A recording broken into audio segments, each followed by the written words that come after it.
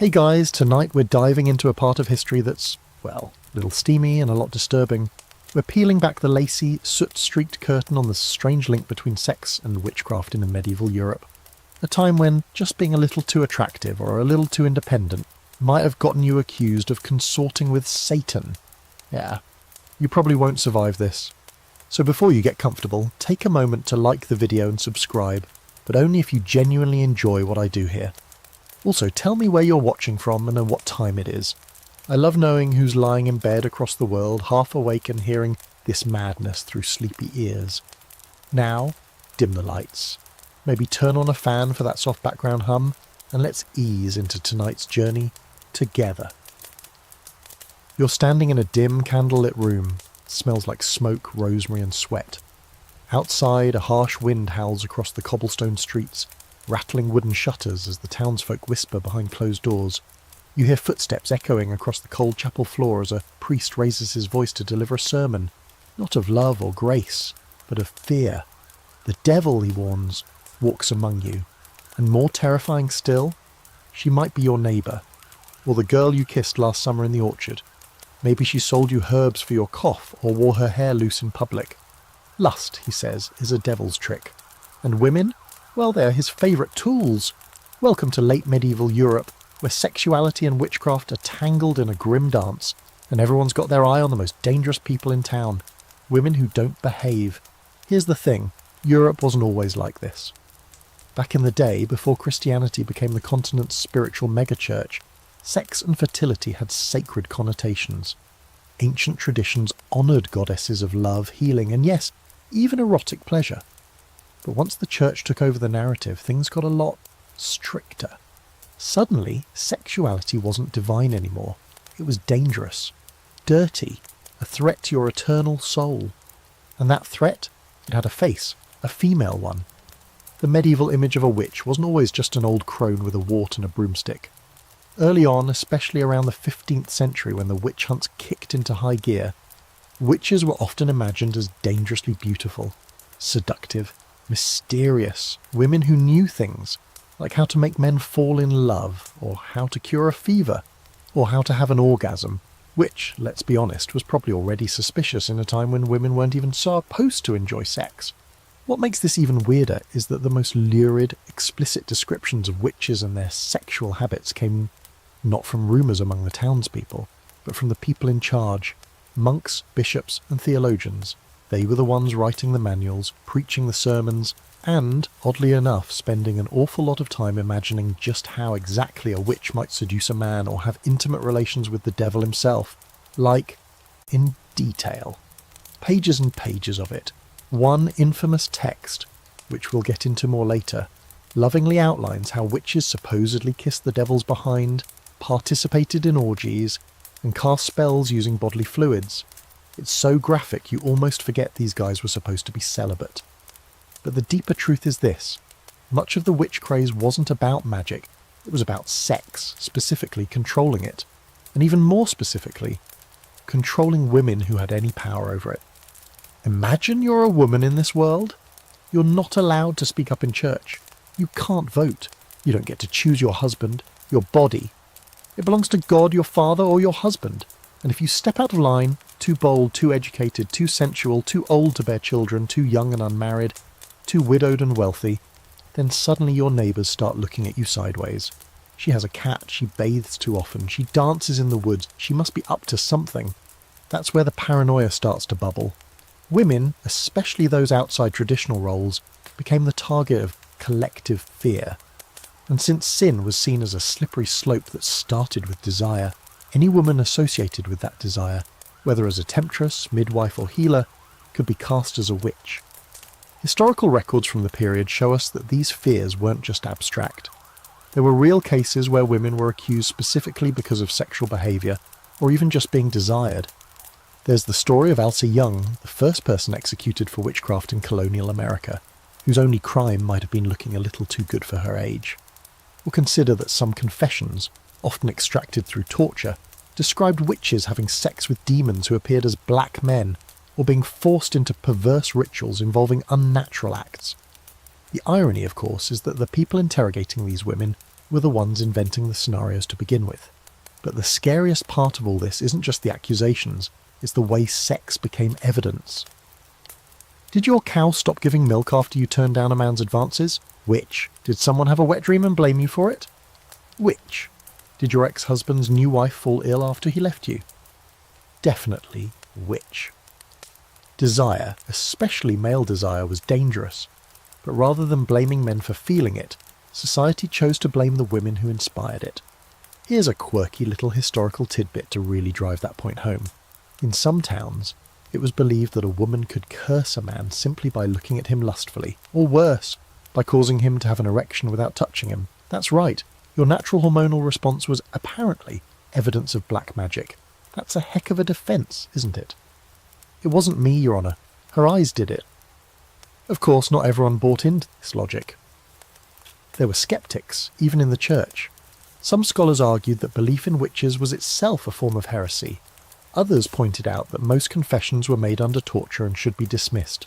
But those voices were often drowned out by the roar of moral panic and by the lurid fascination of imagining women as both irresistible and evil.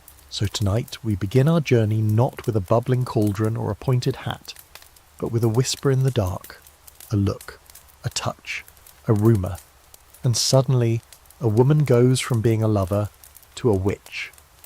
You wake up to the tolling of iron bells, dull and heavy meant to summon souls, not soothe them. The morning is mist thick and sour with chimney smoke. In a village not far from yours, a young woman has been taken in the night. No one speaks her name aloud, but everyone knows what she's been accused of. Not thievery, not murder, something worse. She tempted someone, perhaps by accident, perhaps by being too pretty, too mouthy, too comfortable in her skin. Either way, she's gone now, and the silence hangs over the town like fog. You step carefully across muddy cobblestones, feeling how suspicion clings to everything here, like the damp in your boots or the soot on your sleeve. And as you walk, you remember what they said in church last Sunday.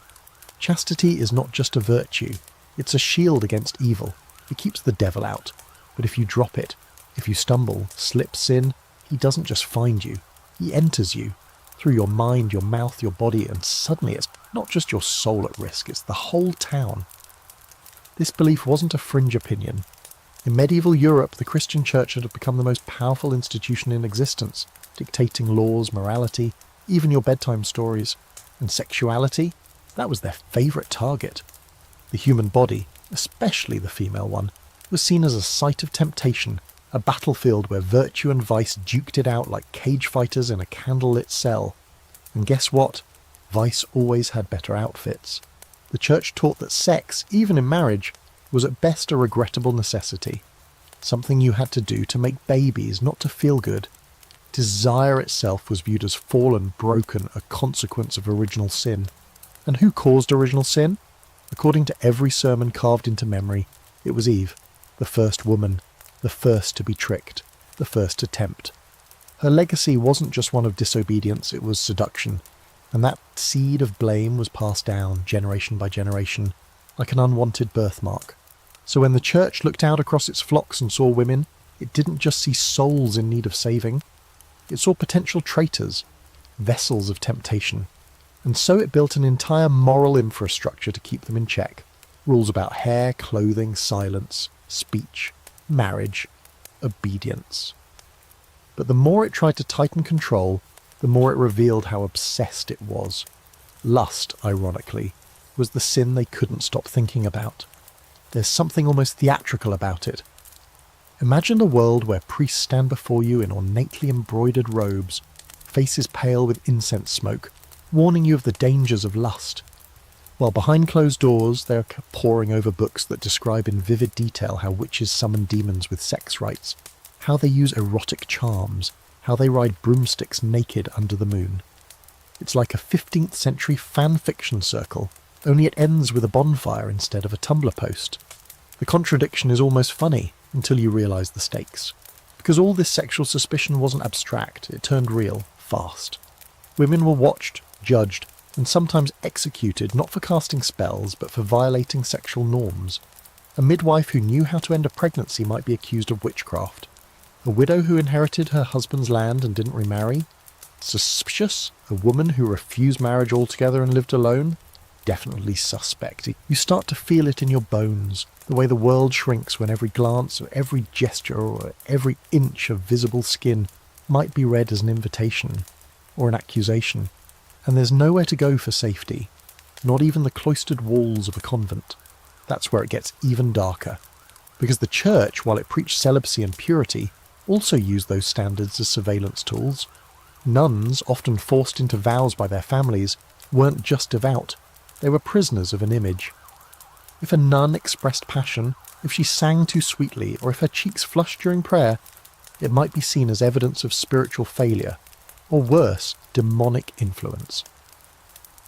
There were real cases of women in religious life being accused of witchcraft for experiencing what modern psychology would call arousal, or loneliness, or hallucinations caused by malnutrition. But back then, those were signs the devil had touched them. And it wasn't just women who were policed. Men too were warned constantly about the danger of lust, but with one important difference. When men fell, they were sinners. When women fell, they were witches. Here's a historical tidbit that's both fascinating and a little maddening. In the 12th century, church writers started classifying sins in detailed lists, like spiritual top tens, and lust always scored high. But while gluttony or envy might earn you a sermon or a little penance, lust, that could ruin your life, especially if someone else decided to blame you for theirs. One of the strangest little beliefs floating around at the time was this, that demons were actively trying to seduce monks and priests by taking the form of women. Sometimes real women, sometimes hallucinations conjured in moments of sleep or desire. But the line between dream and reality was fuzzy. If a monk had an erotic vision during the night, the official explanation might be that a witch had visited him in spirit. That way he wasn't at fault. She was. This belief created a horrifying loophole. Any woman could be accused simply because a man claimed to have dreamed about her. The guilt, like static, jumped bodies. Some church thinkers, like Thomas Aquinas, argued that demons didn't just tempt, they actively harvested semen to create more demons. So if a man had an involuntary sexual release during sleep, that fluid was supposedly used in hellish reproduction rituals. Yeah, you can't make this stuff up. Well, you can, apparently, and they did. But not everyone agreed. There were theological debates, often heated, about how much of this was real, and how much was fear gone wild. Some clerics insisted witches couldn't possibly fly or summon demons. Others believed the devil's power was limited, and that people were just projecting their own shame. But despite the skepticism, the fear won. The image of the sexually powerful woman, whether healer, midwife, widow or nun, became inextricably tied to Satan's schemes. And you start to see the bigger picture. Witchcraft wasn't just a spiritual threat. It was a social one, a way of maintaining order, of keeping everyone, especially women, in their place. Because if a woman could be blamed for lust, she could be controlled. And if she couldn't be controlled, she could be eliminated. You return home with your hood pulled low, a little more quiet, a little more cautious. A storm is coming, not in the sky, but in the whispers, in the glances, in the stories people tell themselves to make sense of desire, or to hide their own. You find yourself back inside a small smoky chapel. The priest is speaking again, but now his tone has shifted, more urgent, more trembling with the kind of dread that feels rehearsed. His voice echoes through the stone walls as he describes how the devil doesn't just tempt people with money or pride. No, his most insidious weapon is lust. And worst of all, he says, is when Satan doesn't do the tempting himself, he uses women, ordinary women, ones you've known your whole life. They smile too easily, walk too confidently, laugh too freely. They may not even know they're under his power, he warns, but their bodies are his playground. This to you feels a little unhinged, but to them it's doctrine. You shift in your seat, feeling the weight of the moment. This idea that sexuality is not just human, but actively demonic, is what will unravel lives for the next few centuries. Church authorities teach that the devil preys on weakness, and of all the sins in the medieval spiritual ranking system, lust is seen as the slipperiest. It doesn't need logic. It bypasses the brain. One moment you're saying your prayers, the next you're dreaming of someone's collarbone and wondering how skin could feel so forbidden and electric. Lust, they say, is the devil's favourite sport. the quickest shortcut to damnation. And women? They're not just victims of it, they're collaborators. Theologians, especially in the later Middle Ages, got real creative when writing about how temptation worked. Lust was described as an infection, a fire that could be transmitted through a gaze, a smile, or even just the presence of a woman in the wrong context. And because the female body was seen as naturally more carnal, more tied to flesh, emotion, chaos, it was assumed that women were more easily manipulated by dark forces. If a woman desired something, especially outside of marriage, it wasn't considered natural, it was witchcraft. There's this one passage from a 13th century bishop who claimed that women who engaged in unregulated pleasure opened themselves to demonic possession, like literally. The idea was that in the throes of lust, a woman's soul would slip out and a demon would slip in. Possession by orgasm. You can't even say that without rolling your eyes, but this was taken seriously, written in formal Latin, passed between scholars, preached from pulpits. Imagine a society where climax was considered a possible spiritual gateway for evil. And then remember that these people also controlled how you married, who you confessed to, and whether you got buried in consecrated ground. But here's a little twist. These thinkers weren't just afraid of women's desire, they were terrified of their own, and rather than admit that, they externalized it, turned it into a cosmic war. So if a monk had erotic thoughts, it couldn't be his fault. A demon tempted him. If a priest had an affair, the woman must have cast a spell. If a man sinned with his body, a woman had to take the fall. And the fall wasn't metaphorical. Take the example of the so-called seduction trials that start showing up more frequently after the 13th century. In these cases, a woman might be accused of using witchcraft to enchant a man, usually someone important, into sleeping with her. Not seduction, not mutual attraction. No, it must have been a spell, a charm, some whisper of the devil in her ear. This accusation was extremely convenient. It meant that a man's honour could be preserved and a woman could be discarded, or worse, punished publicly. Now let's talk about a word that shows up a lot in these old manuscripts. Concupiscence. It's an intense theological term for sexual longing, specifically the kind you can't control. Church doctrine taught that concupiscence was the devil's hook. The more intense your desire, the more likely it was that you were already compromised. And guess who was accused of spreading it? Witches. Women who wore red, women who danced, women who didn't cover their ankles, or who wore perfume, or who looked at a man too long. All of these were small breaches, but together they built a case. Even dreams weren't safe. If a man had a particularly vivid erotic dream, especially one involving someone he knew, it was thought that a succubus might be at work. Succubi were female demons who visited sleeping men to extract, let's say, life essence. But in many cases, people believed that real women were working in tandem with these spirits, that they sent them out, controlled them like some dark erotic courier service. And if a man said he dreamed of you, well, guess what? You were a suspect now. Let's pause here for a bizarre little belief that circulated in rural regions. It was thought that if a woman crossed your path after you'd had impure thoughts, and your crops failed, or your milk soured, she had cursed you through your lust. It wasn't just psychological guilt, it was agricultural. Your desire could kill your cow. That's the level of connection they were drawing between sex and spiritual chaos. There are even folk remedies in surviving texts that warn men to avoid touching their genitals after shaking hands with a woman who walked alone at night. Because, demon germs or something. And amid all this paranoia, open scholarly debate still managed to eke through. There were pockets of resistance, thinkers who said, wait a minute, aren't we projecting our own guilt here? Some early skeptics, particularly in university circles, argued that concupiscence was just a natural part of being human, not a supernatural attack vector. But their voices were often drowned out by the louder, more graphic ones. Because fear sells, fear sticks, and nothing makes people more afraid than the idea that their own desire is a gateway to eternal torment. So now, as you look around your village, or let's be honest, your room, you start to notice how deep these ideas go. That girl you had a crush on? Dangerous. That herbalist with the laugh lines and cat probably cursed your dreams. And that feeling in your stomach when you look at someone and feel drawn, fascinated, dizzy with want? That might not be love. That might be the devil. Or so they said. And so the link between sex and witchcraft didn't grow out of magic. It grew out of fear, shame, projection. a society desperate to control the uncontrollable, its own humanity. You walk back into the mist, wondering how many people were destroyed not because they practiced dark arts, but because someone else felt something they weren't supposed to. Desire, it turns out, was the real witch, and no one could exorcise it. You're back in the village square now, watching as someone, a child maybe, ties a string of dried flowers to a fence post. They're small, delicate things, probably meant to ward off illness or bring luck for the harvest. But to the wrong eyes, even that could look suspicious. Everything could. A smile, a song, a glance in the wrong direction, or, God forbid, a woman wearing her hair down.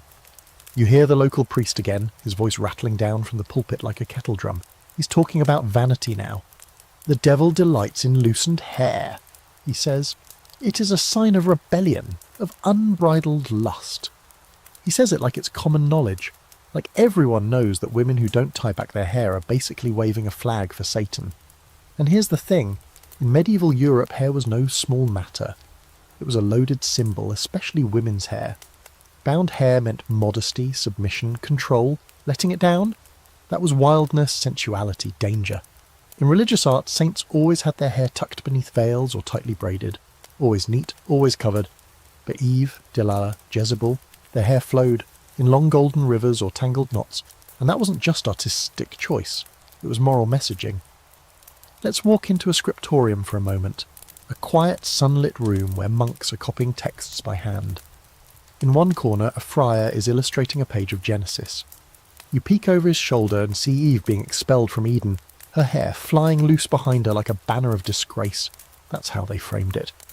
Female hair wasn't just decorative, it was theological shorthand, a visible sign of moral character, or lack thereof.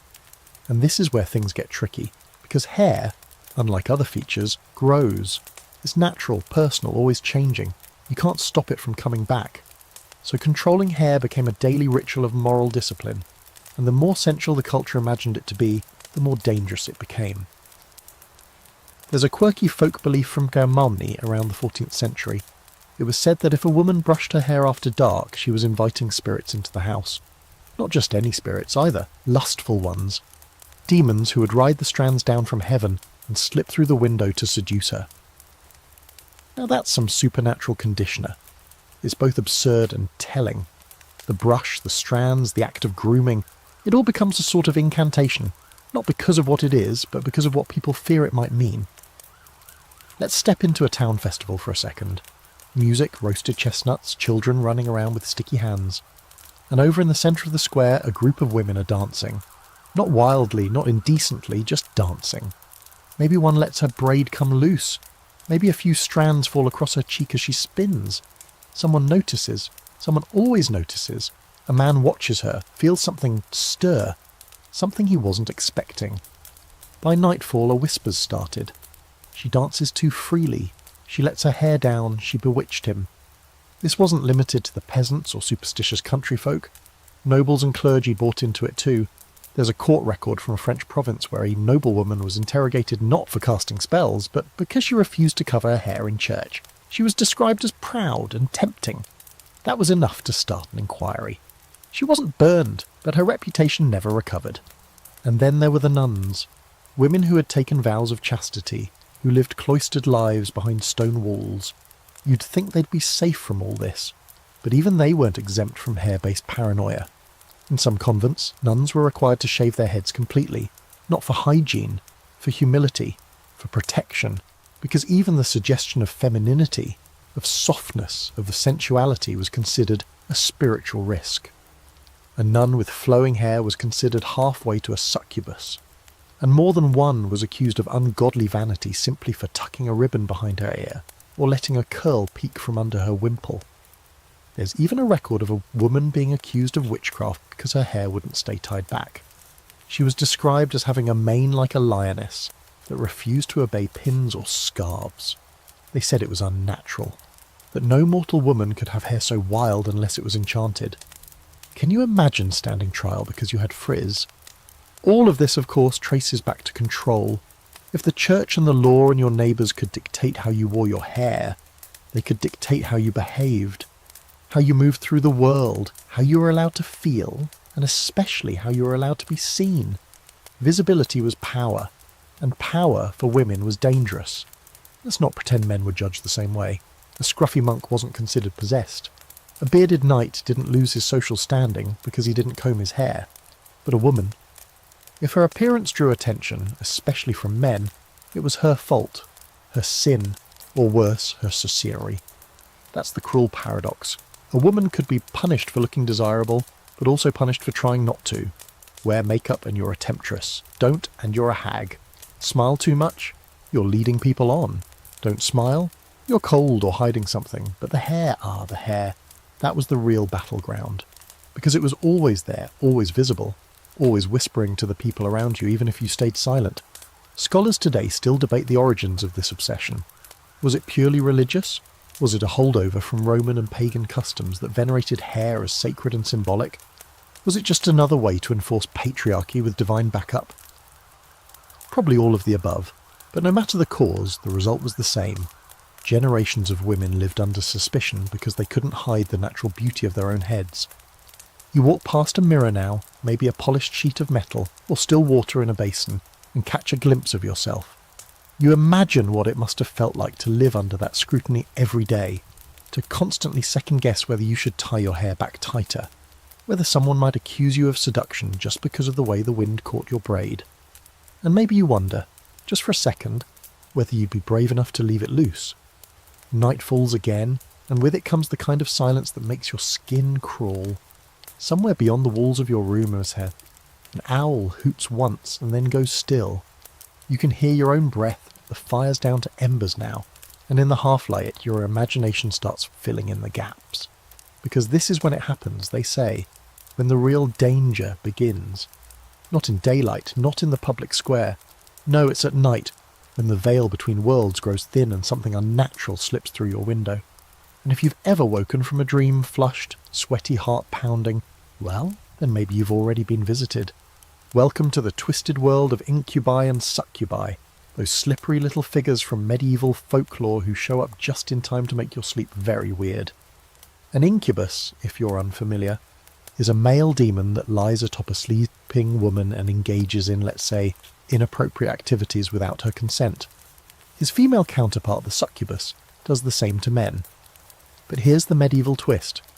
People didn't just treat these visitations as nightmares or stress dreams. They treated them as real, tangible, physical encounters, ones that could leave marks, cause illness, and most importantly, be blamed on witchcraft. It starts innocently enough. A man confesses to his priest that he's been waking up with certain sensations, shameful ones, maybe dreams involving a neighbour or a former lover, or worse, someone he shouldn't even be thinking about. The priest listens gravely and tells him, "It wasn't you, it was a succubus." The man breathes easier. Of course, he's not sinful, he's under attack. But then comes the follow-up question. Who sent her? That's the real hook. Because demons don't act alone in these stories. They're summoned, guided, or partnered with witches. So now it's not just a dream, it's an accusation. Someone must have cursed him. A woman he saw at the well, a girl he passed in town. Maybe she looked too calm, too confident. Or maybe she simply existed in a body that stirred something he couldn't explain. And that's how a sleep paralysis episode turns into a witch trial. You sit by the fire thinking about how terrifying that would be. To be blamed not for what you've done, but for what someone else dreamed. Because the incubus wasn't just a convenient excuse, it became legal evidence. If a man claimed he'd been visited in the night, and if he could name a woman he suspected of sending the demon, the wheels of justice could start grinding. She could be questioned, tortured, put on trial, all because of a dream. In the 14th and 15th centuries, these stories explode across Europe. People genuinely believed that demons were having sex with humans in their sleep, and they weren't just ethereal phantoms. Oh no, some accounts describe physical details, the coldness of the demon's touch, the smell of sulphur, the weight pressing down on the chest, the inability to move or scream. Sounds a lot like modern descriptions of sleep paralysis, but back then, that was seen as first-hand proof. Here's a quirky little fringe theory that really made the rounds. Some theologians believed that incubi and succubi were actually the same demon, just shape-shifting. The idea was that the demon would first appear as a succubus, collect semen from a man, then transform into an incubus and impregnate a woman with it, which is a lot. There's also the small matter of people believing that these resulting pregnancies could produce supernatural offspring, sometimes called cambions, which is honestly a pretty metal name for demon babies. Scholars in later centuries tried to argue this all away as hysteria, as projections of sexual repression and guilt. And sure, they had a point. But back then, none of that mattered. All that mattered was that people were terrified of their own bodies, of desire, of dreams, and instead of confronting those feelings, they turned them into monsters, literal ones. And this monster, it had gender. Male victims of succubi were often treated as passive, unfortunate, even holy. Some monks claimed their resistance made them more saintly, but women who were visited by incubi, completely different story. Instead of being pitied, they were often suspected of wanting it, of inviting it, and that slippery slope from victim to seductress to witch was short and steep. There's a trial record from northern Italy in the early 1500s where a young woman was accused of allowing a demon into her bed. She swore it wasn't her fault, that she woke up to its presence, terrified and paralysed. But the inquisitors weren't buying it. They questioned her appearance, her tone, even the way she moved her hands when she talked. Eventually, under pressure, she confessed, not just to consorting with the incubus, but to enjoying it. That one word sealed her fate. Pleasure, even involuntary, was proof of sin, proof of cooperation. You think about that for a long time, because behind all these stories is a simple, awful truth. The human body, especially a woman's body, was seen as inherently dangerous, not just because it could tempt, but because it could react, and any reaction that suggested pleasure, even in a nightmare, was treated as betrayal. Of course, not everyone believed in literal demons. Some physicians of the time suggested that these experiences were the result of vapours or bad digestion. There's even a 15th century medical manuscript that attributes nighttime arousal to an excess of melancholic humours caused by sleeping on your back. So, in case you were wondering, yes, bad dreams could be blamed on your sleeping position. Still, the supernatural explanation won out in the cultural imagination. It was cleaner, more dramatic, easier to rally a community around. After all, if someone in town had the power to send demons into your bedroom, wouldn't you want them caught? So now every restless night, every uncomfortable dream becomes a reason to look sideways at someone. To remember the way that widow looked at you, or how that girl laughed when your horse stumbled. Maybe it wasn't her fault. Or maybe she whispered something while churning butter and invited the devil in. You curl deeper under your blanket, listening to the wind scrape against the shutters. And even though you know better, you can't help wondering if something brushed your foot tonight, something you couldn't see. What would you say in the morning? Dawn breaks slowly over the village, the light creeping in like it's testing the air for safety. The sky's washed out pink, and the rooftops still shimmer with dew, but already there's movement on the street. Women hauling water, men heading toward fields, chickens kicking up dust. It all looks normal, quiet even, but you can feel it underneath. The tension, the sense that everyone's waiting for something to go wrong, and when it does, they'll know exactly who to blame. This fear doesn't start with witches, not really. It starts with Eve. From the moment medieval Christianity got its claws into European life, the story of Eve was more than just a cautionary tale. It was a template. She wasn't simply the first woman, she was the first failure, the first to be tempted, the first to tempt someone else, and that idea that sin entered the world through feminine weakness became the foundation for centuries of suspicion and suppression. You sit through Sunday Mass and hear it in the scripture. Eve took the fruit, Eve listened to the serpent, Eve gave it to Adam, and boom, paradise gone, everyone's naked, and now you need a priest just to make it through the week without damning yourself. The message is clear. Women open the door to the devil, and the only way to keep that door shut? Total obedience, total chastity, total silence. That's a pretty tall order, especially for actual human beings, and it creates this horrible paradox. On the one hand, women are seen as spiritually inferior, more emotional, more gullible, more prone to temptation, but on the other, they're considered powerful enough to bring down all of humanity. Which is it? Are women weak or are they dangerous? Turns out they're both. Weak in virtue, strong in sin. That's how the church framed it. And it wasn't just in sermons. It was everywhere. In law, in medicine, in art, in the way people looked at you when you walked by. The belief in inherited guilt meant that every woman carried a piece of Eve's original mistake. Her body was a living reminder of the fall. Her menstrual cycles were proof. Her childbirth pain was punishment. Her ability to entice, to distract, to draw attention, that was her danger. A woman didn't need to say a word to commit a sin. Just being visible was enough. This belief wasn't just spiritual, it was institutional. In court records from the 13th and 14th centuries, you'll see women described as daughters of Eve, when accused of everything from gossip to adultery to, of course, witchcraft. It wasn't just poetic, it was legal shorthand for moral instability. Judges genuinely believed that women were less capable of resisting temptation, and therefore more likely to be working with the devil. So if something went wrong, a child died, a man got sick, a crop failed, people didn't just ask what caused it. They asked who, and that who was usually someone already marked by suspicion. Someone whose existence reminded them of Eve. Let's wander into a university hall in Paris for a moment. Candles flicker on wooden desks as young clerics debate theology. The question tonight, why are women more susceptible to demonic influence? One student quotes Augustine, another Aquinas. They argue not just about scripture, but about anatomy. Some claim women's bodies are colder, moister, more easily penetrated by spiritual forces. Others say women are more emotionally unstable, therefore more likely to make pacts with demons. It's all said with scholarly seriousness, like they're discussing weather patterns. But what they're really doing is building a case that half the population is naturally suspect. Now zoom out from the university to the rural town square. A girl's goat gets sick, and someone remembers she was humming by the well last Tuesday. Was it a tune she learned from her mother, or from something darker? A rumour starts. She's a little too pretty, a little too curious. Her grandmother was odd, wasn't she? Had a cat, wore strange herbs. The whispers echo. And before long, that girl is standing in front of a judge who already thinks she's guilty because she's human and female, and Eve's blood runs in her veins. But here's where things get especially twisted.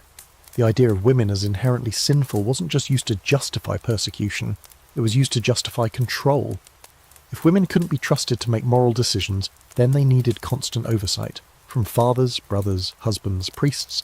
If they were always teetering on the edge of temptation, they needed rules about where they could go, who they could talk to, what they could wear, even what kind of extraction they could show on their faces. Anything too joyful, too clever, too confident, suspicious. You start to realise how the myth of Eve didn't just shape belief, it shaped daily life. Women had to perform modesty to constantly prove they weren't dangerous. They had to become shadows of themselves, suppressing personality, sexuality, even knowledge, all to avoid waking the old suspicion that they might be following in Eve's footsteps. But not everyone bought into the guilt. There were women, sharp, stubborn, brilliant women, who pushed back. You see them in the margins of history. Nuns who wrote poetry, midwives who preserved ancient knowledge, female mystics who described divine visions that weren't about sin but about power. These women didn't just passively accept their supposed weakness, they redefined it, reclaimed it. In some cases, they were respected. In others, they were burned. There's one case that stands out. The story of a woman healer accused of witchcraft after treating a noble's daughter with herbs and prayers. During her trial, she argued that her knowledge came from God, not demons, that healing was holy, that Eve's curse wasn't a death sentence, it was a call to understand pain and alleviate it. The judges didn't agree. She was executed anyway. But in the records, her voice lingers. Clear, defiant, refusing to carry shame for something she didn't cause. And that's what makes this whole thing so bitter. The punishment wasn't just for sin. It was for refusing to carry the weight of someone else's. You stand now at the edge of a field, watching the sun come up over the thatched rooftops.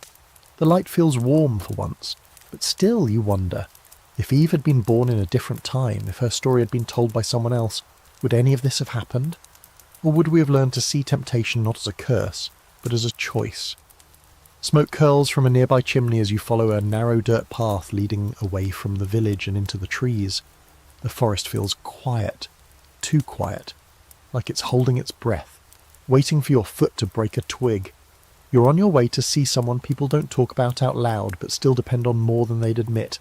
The midwife, the herbalist, the woman with bottles on her shelves, dried roots hanging from the rafters, and knowledge passed down from hands, not books. She might be the one who helped your sister through childbirth, or the one who knew how to stop the bleeding when your neighbour fell on his scythe. She's also the woman everyone stares at just a little too long, because healing in this time and place often walks the edge of heresy. She opens the door before you knock. There's a knowing in her eyes, the kind that comes from watching a lot of people come into this world and sometimes leave it too soon. Her house smells like something between a garden and a storm cellar. Lavender and damp stone, maybe. It's quiet here and safe, but you also know that if someone decided she was dangerous, it wouldn't matter what good she's done. They wouldn't see medicine, they'd see magic. And they'd call it witchcraft, because in medieval Europe, knowing too much, especially about the human body, was a dangerous game. And if you were a woman who knew about reproduction, who understood the timing of a cycle, how to use herbs to ease labour or stop it entirely, then people assumed you weren't just meddling in nature, you were interfering with God's plan. And when people feared what you knew, they didn't just avoid you, they accused you. Midwives were in a unique position. They were essential, every town needed one, but also deeply suspect. They handled blood, birth, pain, fluids, death, all the messy taboo stuff that the church didn't want to touch, literally or spiritually. And because most male physicians wouldn't go near a birthing room, women stepped into that void with their own systems of knowledge, rooted in experience, trial and error, folk wisdom, and yes, sometimes superstition. Now here's where things get spicy. There were records, especially from inquisitors, that claim midwives didn't just help with birth. They were gatekeepers for demonic rituals. According to the Malleus Maleficarum, that notorious witch-hunting manual, midwives were accused of murdering infants during birth, offering them to the devil, or using their blood for potions. Total fiction, obviously, but people believed it. Why? Because the alternative was to admit that sometimes babies die, or that childbirth is traumatic, or that maybe God doesn't control everything as neatly as the sermons say. And so when things went wrong, a baby was stillborn, a mother bled to death, or a child grew up with a disability, someone had to be blamed. That someone was usually the person who had been there. The woman who knew where to press, what tea to brew, how to turn a breech baby, the healer, the helper, the witch. There's a record of one trial in rural Switzerland, early 1400s, where a midwife named Brigitte was accused after 3 infants died within the same month. It was winter. The roads were blocked by snow. She had no supplies, no help, and the mothers were malnourished. But when the 3rd baby died, someone remembered seeing her sprinkle something into a cup of water. That's all it took. She was questioned. She confessed under torture, said she made a pact with the devil in exchange for knowledge of women's secrets. She was burned within the week, and you start to see how fragile the line is, how easily it breaks. A woman could be a saviour one day and a scapegoat the next. Her skill, her competence, the very things that kept her community alive, those became the reasons to fear her. Here's a strange little fact that'll stick in your mind for a while. Some people believed midwives could determine the gender of a baby, not just during pregnancy, but before conception, by reading signs in the moon or interpreting the dreams of the mother. Others claimed that midwives could curse a womb, sealing it shut with just a glance or a whispered phrase. Again, nothing remotely true, but these myths spread like wildfire because they explain the unexplainable. And because deep down people don't like the idea that pain might be random, it's easier to think someone caused it, someone you can punish. The fear wasn't just local either. Church authorities began issuing formal warnings about midwives.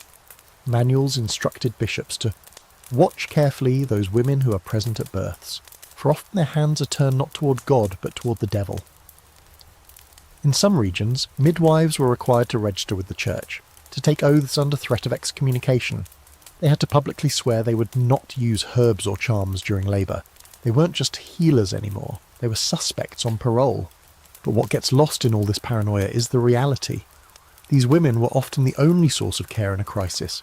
They were the ones who stayed up all night with a labouring mother, who carried home the body of a stillborn child, who cried in secret because they blamed themselves even when they'd done everything right. They lived close to life and death, and that kind of proximity scares people, especially people who have never had to face either up close. There's a quote from an anonymous midwife scribbled in the margins of a 15th century herbal. "They call us witches because we know what they fear, blood and how to stop it." It's not poetry, it's a quiet war cry, because to be a midwife in medieval Europe was to walk a razor's edge, revered when needed, reviled when feared. You leave her cottage feeling heavier than when you arrived. The trees don't whisper anymore. The forest just watches, and you understand now, maybe for the first time, why so many women burned for doing nothing more than understanding their own bodies and trying to help others survive theirs. You find yourself inside stone walls again, but this time it's different, quieter, more hushed than sacred. There's the faint scent of beeswax candles and drying herbs, mingling with something older, books, dust, secrets. This isn't a village house or a healer's cottage. You're standing in a convent, a fortress of female silence. The women here have taken vows, to poverty, to chastity, to obedience. They've sworn off the world, or at least that's what they're supposed to have done. But the truth, whispered between cloisters and hinted at in old confessions, is that even here, things aren't so pure. Desire doesn't die when you walk through a heavy wooden door. It waits. Sometimes it simmers, sometimes it burns. And when it shows up in a place like this, people call it something else, something unholy, something demonic. Welcome to the story of nuns behaving badly, and the twisted ways their supposed sins were folded into the great fear of witchcraft. The church thought it had a solution to Eve's mistake. It built walls around women, gave them habits and hymnals, and told them that silence and service would keep them safe from temptation. But not all women joined convents out of spiritual devotion. Some were sent there by fathers who didn't want to pay dowries. Some were widows with no heirs. Some were young girls, practically children, pushed into vows they didn't understand, and once inside they were expected to transform, to become brides of Christ, to lock away their bodies and desires forever. But bodies don't work like that, and neither does longing. There are stories, true documented stories, of nuns who fell in love with visiting priests, or with each other. Stories of secret letters, smuggled kisses, locked doors that stayed shut too long. Sometimes it was tenderness, sometimes it was desperation. But when these moments came to light, the consequences were brutal, not just because they broke the rules, but because the church had no real way of understanding female sexuality unless it was tied to either sainthood or Satan. If a nun expressed passion, it couldn't be natural. So the explanation? Witchcraft. Let's look at a case that made serious waves. Sister Benedetta Carlini, a 17th century abbess in Italy. She claimed to receive divine visions, sacred messages, ecstatic experiences with angels. For a while she was celebrated as a mystic. Her fame grew, people travelled to see her. But eventually whispers began. Strange behaviour, secret meetings with another nun, confessions that veered too far into the physical. When the church investigated, they didn't just strip her of her title, they interrogated her under the assumption that her visions had been faked, inspired by carnal desire, or worse, demonic manipulation. And this wasn't some one-off anomaly. Across Europe, when convents faced scandal, whether it was an affair, a pregnancy, or even rumours of inappropriate dreams, the accused women were often labelled as witches, not just sinners, witches. Because if you were supposed to be married to God and ended up tangled in a very human kind of passion, something supernatural had to be at work. A woman of God couldn't fall unless she was pushed. Here's a strange little side note that's equal parts fascinating and messed up. There was a widespread belief that nuns were especially vulnerable to possession, not because they were sinful, but because they were pure. That purity, ironically, was seen as fragile, as if innocence attracted darkness. So if a nun started speaking in tongues, or shaking during prayer, or experiencing religious ecstasies that looked a little too much like arousal, it wasn't interpreted as emotional overwhelm or psychological stress. It was the devil, or a demon, or the lingering influence of witchcraft. That gave rise to another phenomenon, mass possessions. Whole convents full of nuns suddenly convulsing, screaming, tearing at their veils. The most famous example? Loudun, France, 1632.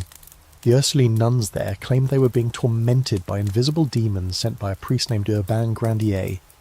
What followed was a mix of theatre and horror. Public exorcisms, sexualized accusations, demonic confession transcripts that read more like something from a pulp novel than a spiritual investigation. Grandier was burned. The nuns? They were sequestered, examined, treated. Some scholars now believe it was mass hysteria, a kind of trauma response trapped inside too many bodies told never to feel. But even earlier than Loudun, similar stories bubbled up across convents, whispers of orgiastic visions of nuns visited by incubi in the night. of female saints whose holy ecstasies were uncomfortably close to physical ones.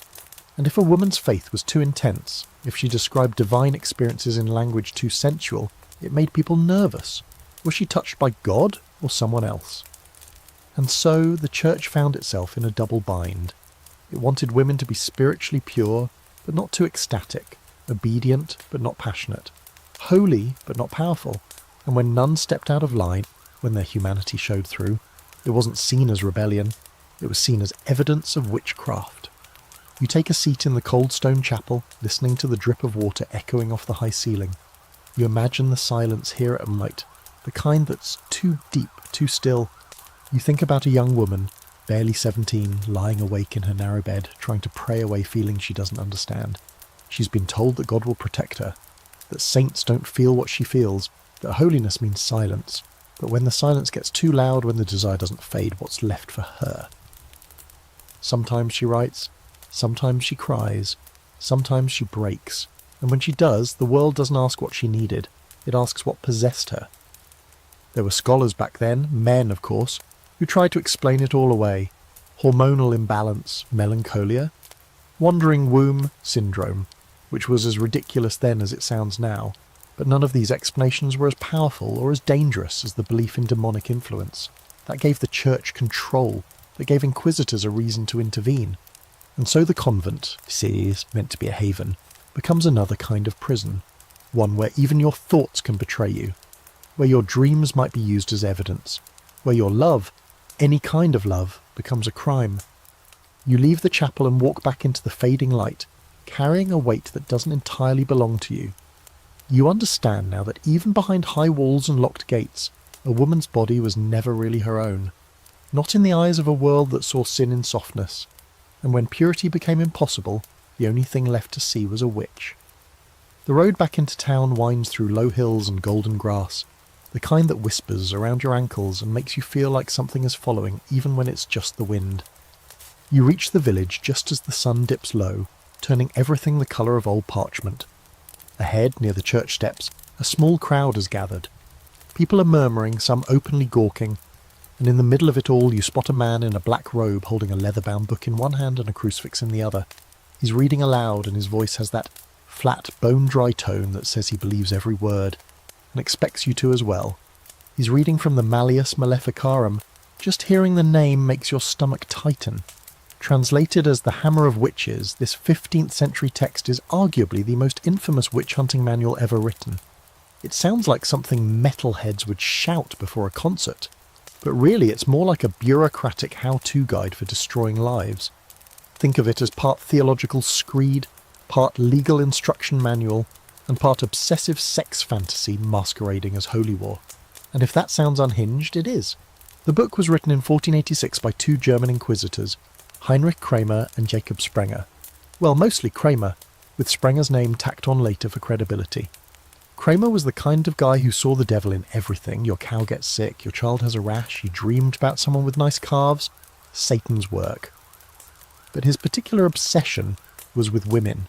Specifically women who made men feel things, because in Kramer's world, if a woman stirred your loins, she was probably stirring a cauldron too. The Malleus goes deep, uncomfortably deep, into the mechanics of female sexuality, claiming that women are more carnal than men, have loose tongues and insatiable passions, and are therefore more susceptible to demonic influence. In other words, your average 15th century woman, just existing in her body, was a spiritual landmine, and the only way to keep society safe, root them out, question them, break them if necessary. It's not a small book, hundreds of pages. It outlines how to identify a witch, how to interrogate her, what questions to ask, and what answers to expect. It even lists the exact words a witch might use to confess, helpfully anticipating everything from demonic pacts to sexual congress with Satan. It's disturbingly thorough. The tone is cold, clinical, but the content, it's obsessive, repetitive, almost gleeful in its descriptions of female sexuality turned monstrous. Here's a direct paraphrase. Witches will cause men's genitals to vanish, render husbands impotent, use potions to enslave lovers, and engage in sexual acts with demons who take the form of beasts, black men, or seductive strangers.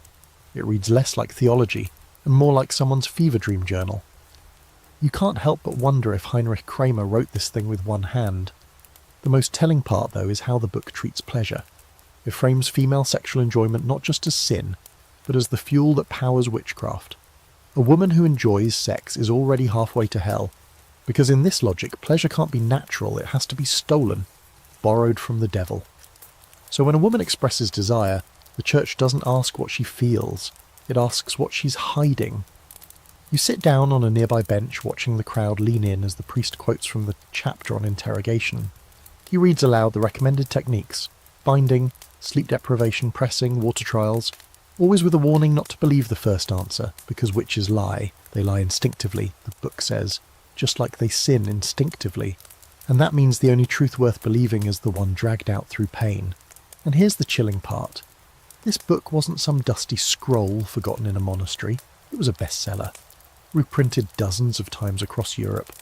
It was used in courtrooms, cited in sermons, trusted by judges. It gave a thin veneer of scholarship to the act of torture. It wrapped misogyny in Latin and called it law. One of the weirdest fringe claims in the book, and there are plenty, is that witches could steal male virility and store it in nests of birds or hidden in tree hollows. Yes, you read that right. According to Kramer, a man's genitals could be physically taken and kept in a box, and witches would feed them like pets. It's somewhere between horror story and cartoon, but it was believed. Taken seriously. If someone had performance issues in the bedroom, there wasn't a need to examine diet or stress. No, a witch must have snatched his manhood and tucked it away like a hamster. There were theologians and legal scholars who pushed back, who said the malleus was over the top, even dangerous, but their voices were often lost in the rising tide of panic, because the book didn't just reinforce old fears, it gave them structure. It turned suspicion into a step-by-step manual. It made witch hunting into a job complete with procedures and protocols. You didn't have to think, you just had to follow the book. And what's perhaps most sinister about the malleus is how it pretends to be logical. It uses the language of reason, of careful argument, even though it begins with an assumption that women are guilty by nature. Everything flows from that. If she cries under torture, she's faking. If she doesn't cry, proof of her unnatural strength. If she confesses, obvious guilt. If she refuses, that's the devil talking. You step away from the crowd, the priest's voice still echoing behind you. The air feels tight, like the atmosphere's been pulled too thin. You realise the real danger isn't witches, it's certainty. The kind of rigid, righteous certainty that needs no evidence, only belief. And the Malleus Maleficarum gave people permission to believe the worst about women and call it holy. You pass an old woman sitting on her doorstep. She looks about tired. You wonder what someone like Kramer would see in her. A healer, a mother, a seductress, a monster. In a world ruled by that book, it hardly matters. All it takes is a glance, a dream, a rumour, and suddenly a woman's entire life is one chapter away from being turned into a confession. You're sitting in the back of a tavern now, warm and smoky, the kind of place where the wine is thin, the gossip is thick, and everyone's pretending they're not eavesdropping. The fire crackles, a dog sleeps by the hearth, and near the far table, two women are whispering over a shared cup. One of them has a scrap of red cloth tied around her wrist. The other pulls a small pouch from her apron and hands it over like it's contraband, which in a way it is. You lean in just a little closer. "Slip this into his drink," she says, "and he'll be yours by morning." Ah, love potions. Or, if you were a church official in medieval Europe, lust spells. And these, more than broomsticks, black cats, or boiling cauldrons, were the kinds of magic that made people panic. Erotic charms, passion brews, enchantments of desire. You see, while most folks imagine witches cursing crops or summoning storms, the real fear, the one that kept husbands up at night and monks pacing their cells, was this: that someone could take control of your body, make you feel something you didn't choose, or worse, make you enjoy it. And that fear zeroed in on women. In a world where most marriages were arranged, where love was rare and sex was more duty than delight, the idea that a woman might use magic to inspire passion, especially in someone who shouldn't feel it, was deeply unsettling. It flipped the script. It gave her power. And for many men, power plus sexuality equals witchcraft. Let's talk ingredients. These so-called love spells weren't the bubbling green goo Hollywood would have you believe. They were simple. Herbs like mandrake root, known for its strange human-like shape and long-standing associations with fertility. Damiana, said to stir desire. Rose petals, honey, blood, sweat, sometimes even hair. That's right. Mixing hair into wine was a surprisingly common folk recipe for binding someone's heart, or at least their libido. In some regions, women whispered spells over the hair before hiding it under mattresses or stirring it into soup. These weren't elaborate rituals, they were homegrown traditions, passed down from grandmother to daughter, born from desperation and curiosity, not evil. But when church and court got wind of them, they weren't seen as quaint or harmless. They were seen as manipulations of the divine order. And that, to the powers that be, was a crime. You sip from your own cup now and imagine what it must have felt like. To be a young girl, watching the boy you like marry someone richer, someone picked by his father. Or to be a wife with a husband who barely speaks to you, who slips away to the barn at night or leaves bruises you can't explain. Maybe you hear about a route, a charm, a way to bring him back, to feel wanted, to feel safe, and you try it. A leaf tucked in a pillow, a whispered word over your stew. You don't think you're doing anything wicked. You think you're surviving, but then he touches you, smiles at you, and someone notices. That's how the stories start. A man's behaviour changes, and someone blames his lover. Suddenly, it's not affection, it's enchantment. The woman didn't win him. She stole him. She bewitched him.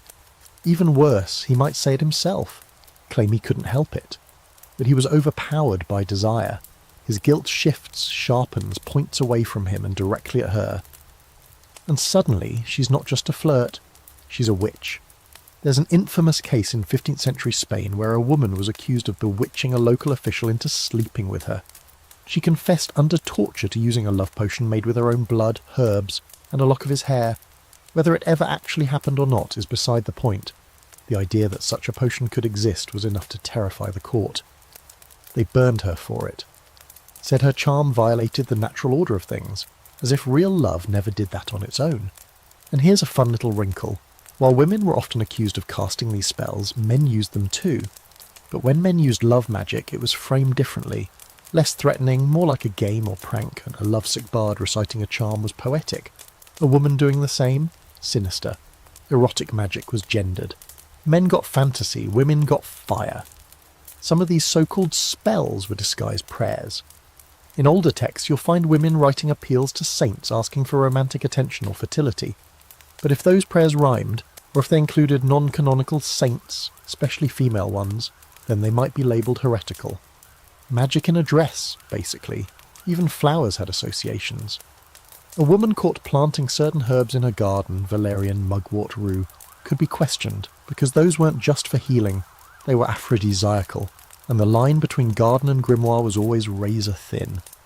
The church didn't just dislike these practices, it feared them because they offered an alternative source of agency. If a woman didn't need a priest to secure her husband's love, or if she could escape her loneliness with a whisper and a cup of tea that undermined the entire patriarchal structure, and so any attempt to claim erotic power, even through superstition, became cause for suspicion. Here's one of the more bizarre beliefs that made the rounds. It was said that if a woman gave a man a drink while she was menstruating, especially if she looked him directly in the eyes while doing it, she could bind him to her forever. The logic? Menstrual blood was believed to have magical properties, often dark ones, and anything tied to the womb, pleasure, or female cycles was inherently unstable, dangerous, witchy. Of course, modern historians read these accusations and see deeper meanings. The use of erotic magic was often about women trying to gain even a shred of control in a society that gave them none. It wasn't about bewitching men, it was about not being invisible, and that made it revolutionary, which is probably why it had to be crushed. You watch the two women finish their drink and head back into the night, their figures fading down the alley like shadows with secrets. You wonder if the pouch was real, if the spell was meant seriously, or if it was just comfort wrapped in cloth. Either way, you know the risks. If someone finds out, if the wrong person sees, those women might end up on a platform in the square, accused of summoning demons when all they wanted was love. It's raining now, soft, steady, a drizzle that makes everything feel heavier. The cobblestones gleam like wet teeth underfoot, and smoke drifts low from the chimneys as people huddle indoors. You duck beneath an awning near the courthouse, watching as two guards lead a woman inside, hands bound, face streaked with mud and tears. She's not struggling, just walking slow and quiet, like she knows exactly how this ends. And if the past is any guide, she probably does, because this is the trial. You slip inside too, quiet as breath, taking a spot near the back. The room smells of damp wood and sour fear. There's no jury, just a judge, a clerk scratching notes, a few onlookers pretending to be indifferent. The woman stands alone in the centre, flanked by 2 guards with their arms crossed like they have already decided she's guilty. And to be fair, so is everyone else. The clerk begins to read. Her name, her occupation, the charges, witchcraft, heresy, seduction, consorting with demons. The usual. Then come the details. And this is where it turns from legal to lurid. He describes how she was seen walking near the woods alone, how she spoke kindly to a married man at the market, how someone claimed to hear strange noises from her house at night. Then, as if rehearsed, he reads her confession. It's not short. She admits to casting spells, luring men to her bed, whispering curses while they slept. She describes a black dog that follows her at night, a dream where the devil came to her as a handsome man with burning eyes. She says they danced. He kissed her, touched her, promised her pleasure and power in exchange for her loyalty. She confesses to signing a book in blood, to flying through the air, to unspeakable things done under the full moon. The audience shifts. Some gasp, some avert their eyes. But you're frozen, because none of it sounds real. It sounds written, constructed, like a story built from pieces everyone already knows, like something pulled straight from the Malleus Maleficarum or whispered gossip after too much ale. And it is. Because confessions like this were never clean, never voluntary, and almost never true. Most of them were carved out through torture. Thumbs crushed, feet scorched, sleep stolen day after day until reality cracked, and the only way out was to say what they wanted. And what they wanted, more often than not, was something erotic. The Inquisitors always circled back to sex. Who did you touch? Who touched you? What did it feel like? Did you like it? Did the devil kiss your thighs? Did you scream? These weren't questions about crime. They were fantasies dressed in robes. The confessions weren't evidence. They were theatre. A ritual of humiliation disguised as truth. Take this actual line from a 16th century trial record. She confessed that the devil came to her in the form of a beautiful man, that his embrace was cold as stone, yet her body did not resist him. That's not law, that's pulp fiction. And yet these confessions were used to justify burning someone alive. And here's where it gets even darker. Once a woman confessed to having sex with a demon, her body became evidence. Literally. Inspectors, usually men, were authorised to search her for witch marks. Moles, scars, skin tags, birthmarks. Any blemish could be interpreted as the devil's brand, and if she cried or screamed during the exam, that was taken as proof she was hiding something. If she didn't, then she was obviously possessed. So imagine standing there, stripped, touched by strangers, your skin treated like a crime scene. And no matter how you respond, it makes you guiltier. You glance back at the woman standing before the court. She's not crying now, just staring at the wall like she's somewhere far away. And maybe she is. Maybe she's remembering the herbs in her garden, the warmth of her cat curled by the fire, the last normal day before someone pointed and said her name. The judge asks if she has anything to say. She doesn't. Or maybe she knows it won't matter. Because in these trials, innocence was never the goal. Confession was, spectacle was, and humiliation, that was baked into the process. You think of another case, not this woman, but one from France, late 1400s, a widow mid-40s, accused of causing a neighbour's impotence. He swore that after refusing her romantic advances, he could no longer perform with his wife. She denied it, of course, but under torture, she admitted to stealing a piece of his clothing and burying it beneath a tree. That, she said, made his manhood wither. She said she regretted it, that her jealousy overtook her. She was hanged a week later. Was it true? Probably not, but it satisfied the narrative. It made his failure someone else's fault. And that's the pattern, again and again. These confessions sound theatrical because they are. They have rhythm, plot points, even arcs. First the seduction, then the pack, then the climax, always literal, always described in a way too much detail, and finally the regret. A neat little moral package. Sin, pleasure, consequence. The kind of story that fits comfortably in a sermon or a court record. There were some who objected, jurists and scholars who said confessions under torture were worthless. that they prove nothing except that pain makes people say anything. But those voices were drowned out, because these trials weren't about justice, they were about reassurance. Reassurance that evil had a face, that it could be named, chained and burned, that you could point to someone and say, "There, that's the danger, not me, her." The clerk finishes reading. The judge nods solemnly. Sentence will be passed tomorrow, but the outcome's already written in the air. The woman is led away again, feet dragging, head bowed. And as the crowd disperses, no one speaks her name. You walk back into the rain, chilled by more than the wind. You think of all the women who were forced to become characters in someone else's nightmare, who confessed to fantasies not their own, who were punished for the same desire the judges denied by day and dreamed about at night. And you wonder what kind of world needs its courtroom confessions to read like erotica, just to feel safe. It's raining now, soft, steady, a drizzle that makes everything feel heavier. The cobblestones gleam like wet teeth underfoot, and smoke drifts low from chimneys as people huddle indoors. You duck beneath an awning near the courthouse, watching as two guards lead a woman inside, hands bound, face streaked with mud and tears. She's not struggling, just walking, slow and quiet, like she knows exactly how this ends, and if the past is any guide, she probably does, because this is the trial. You slip inside too, quiet as breath, taking a spot near the back. The room smells of damp wood and sour fear. There's no jury, just a judge, a clerk scratching notes, a few onlookers pretending to be indifferent. The woman stands alone in the centre, flanked by two guards with their arms crossed like they have already decided she's guilty. And to be fair, so is everyone else. The clerk begins to read. Her name, her occupation, the charges, witchcraft, heresy, seduction, consorting with demons. The usual, but then come the details, and this is where it turns from legal to lurid.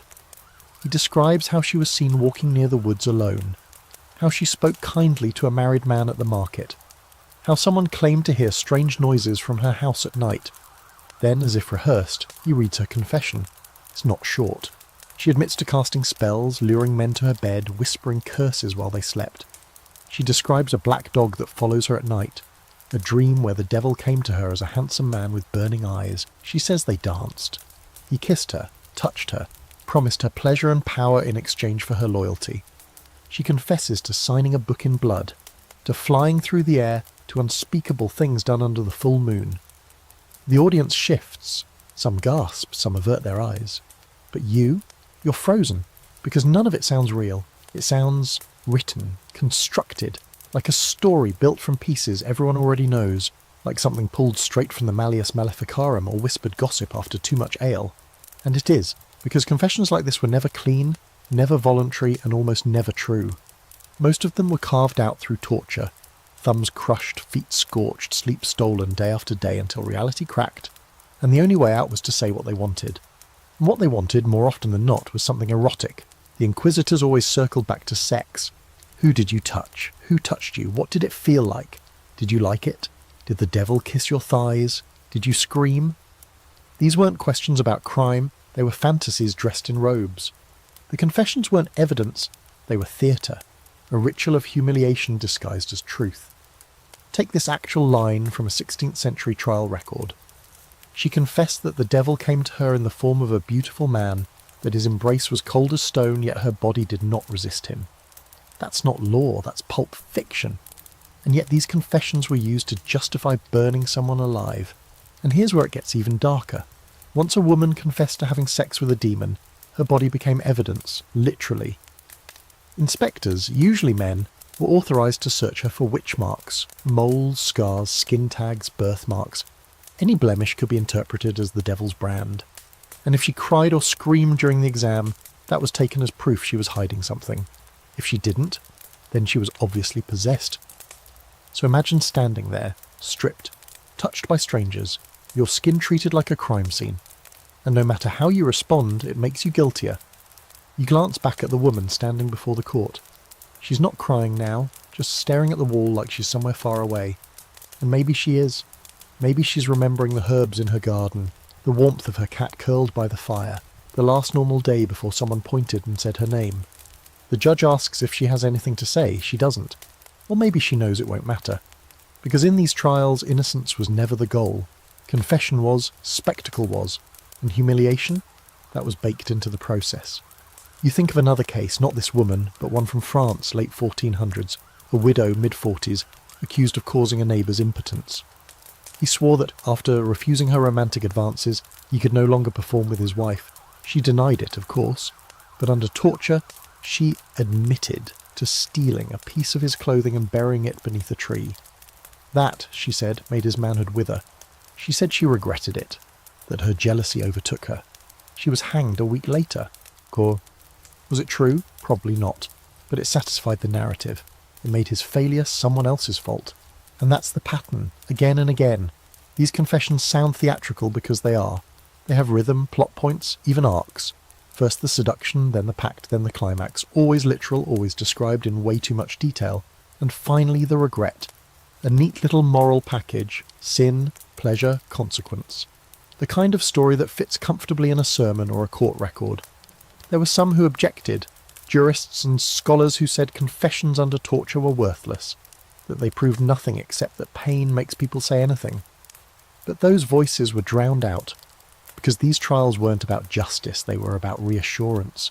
Reassurance that evil had a face, that it could be named, chained and burned, that you could point to someone and say, there, that's the danger, not me, her. The clerk finishes reading. The judge nods solemnly. Sentence will be passed tomorrow, but the outcome's already written in the air. The woman is led away again, feet dragging, head bowed, and as the crowd disperses, no one speaks her name. You walk back into the rain, chilled by more than the wind.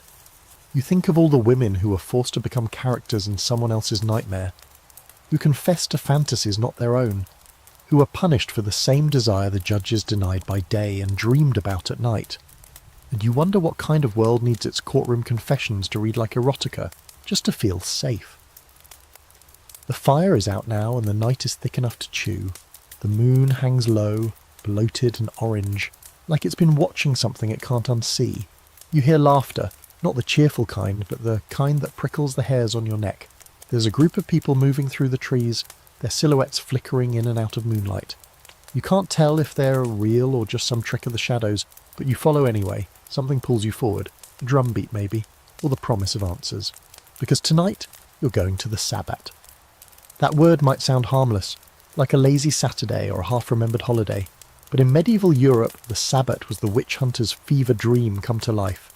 It was the imagined climax of all things heretical and sensual. A secret gathering of witches, demons, and the devil himself, held at night in remote fields or mountain tops. And if the stories are to be believed, things got wild. You reach a clearing, real or imagined, and the scene unfolds like something from a heretical masquerade.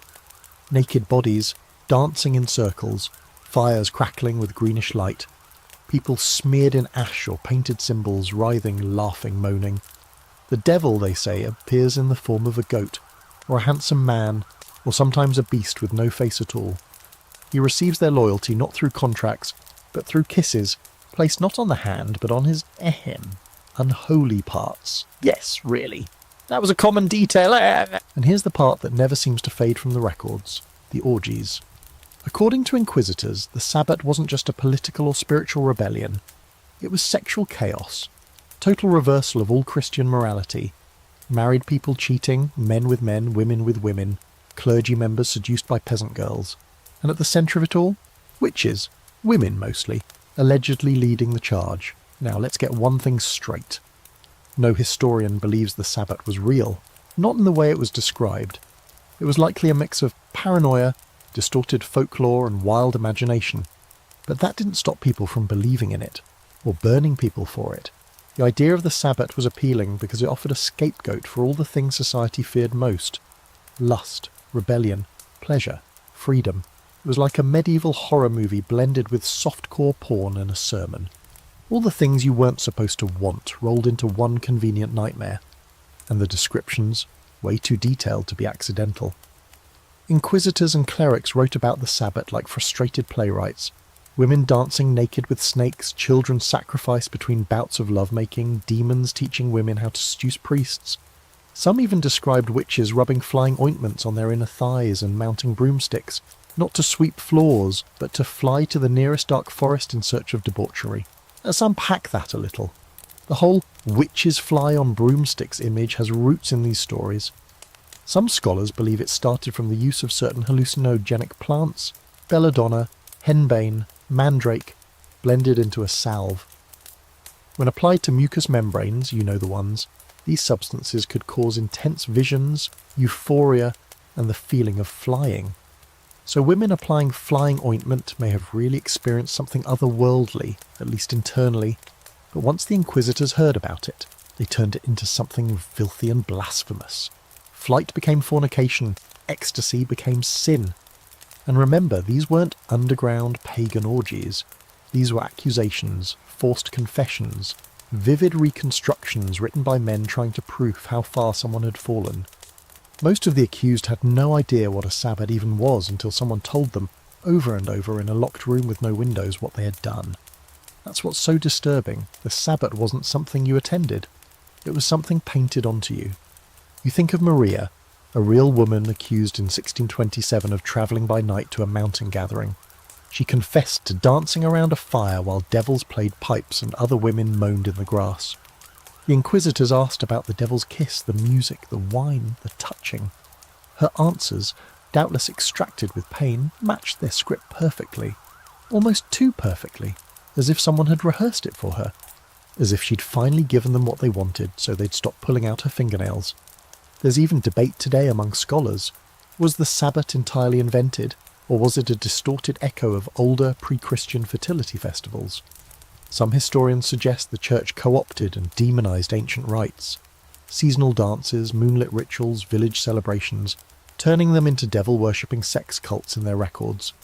Others say that's romanticizing the past, that there was no tradition to reclaim, just fear twisted into fantasy by lonely monks with too much imagination and too little empathy. And that's the thing. The sabbat says more about the people writing the accusations than it ever did about the accused. Their obsession with female bodies, with sex outside marriage, with imagined perversions. They turn those fixations into evidence, into spectacle, into truth. You look again at the clearing. The laughter's died down, the fires have dimmed, the bodies are gone, or maybe they were never there. Maybe it was all smoke and story, but the damage is real. Because once a community believes its nightmares are true, they don't need proof, just names. And the sabbat gave them a story that explained everything they hated. Women who didn't submit, people who didn't marry, sex that didn't look the way they wanted it to. It let them say, look at what they do in secret, look at how evil they are. And then it let them kill those people without guilt. After all, they weren't executing a neighbour, they were destroying a monster. You walk back through the trees, the moon now half hidden behind clouds. You know the sabbat probably never happened. Not like that. But in some twisted way, its legacy is realer than anything else tonight. Not because witches flew naked through the sky, but because people believed they did. And belief, when mixed with power, makes a very convincing fire. The town feels different in daylight, less haunted, more hushed. But there's something uneasy in the way people glance at one another, like they're always expecting a secret to slip out. You follow a narrow path to a low, mossy building on the edge of the village, where a line of women waits quietly outside. No one talks. They just shift their weight and avoid eye contact, like patients waiting for a grim diagnosis.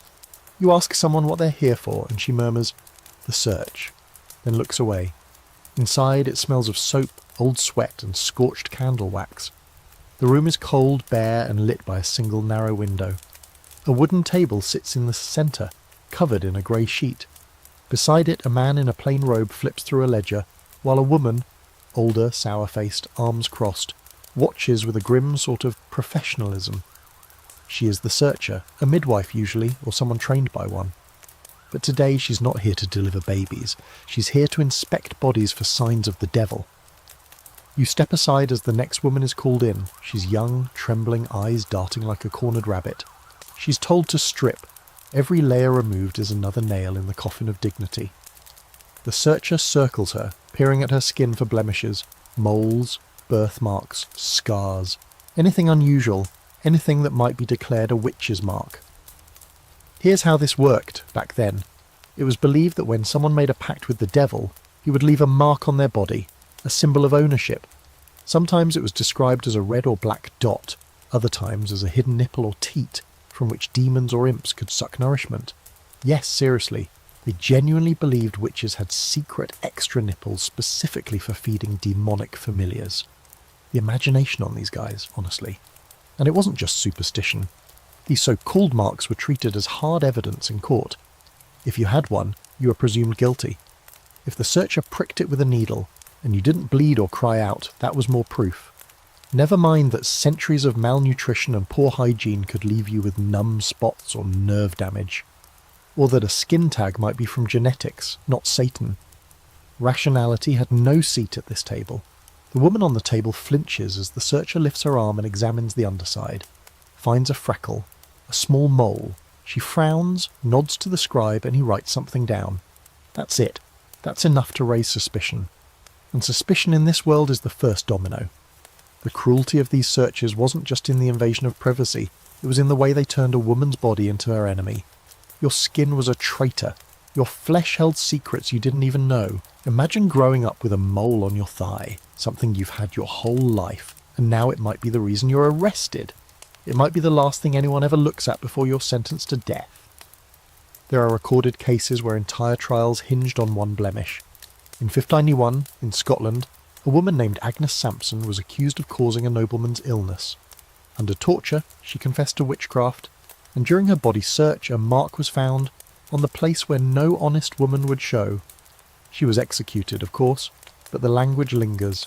No honest woman, as if decency had a geography. And what's worse, sometimes the searchers were women themselves. Not always by choice.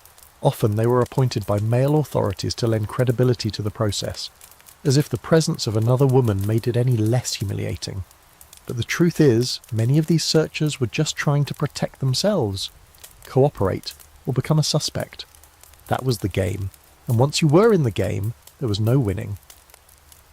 You hear a soft sob as the young woman dresses again and walks quickly out the door. The next one is already stepping forward. No time to breathe, no room for mercy. This isn't justice, it's ritual, it's the slow grind of a machine that needs bodies to keep moving.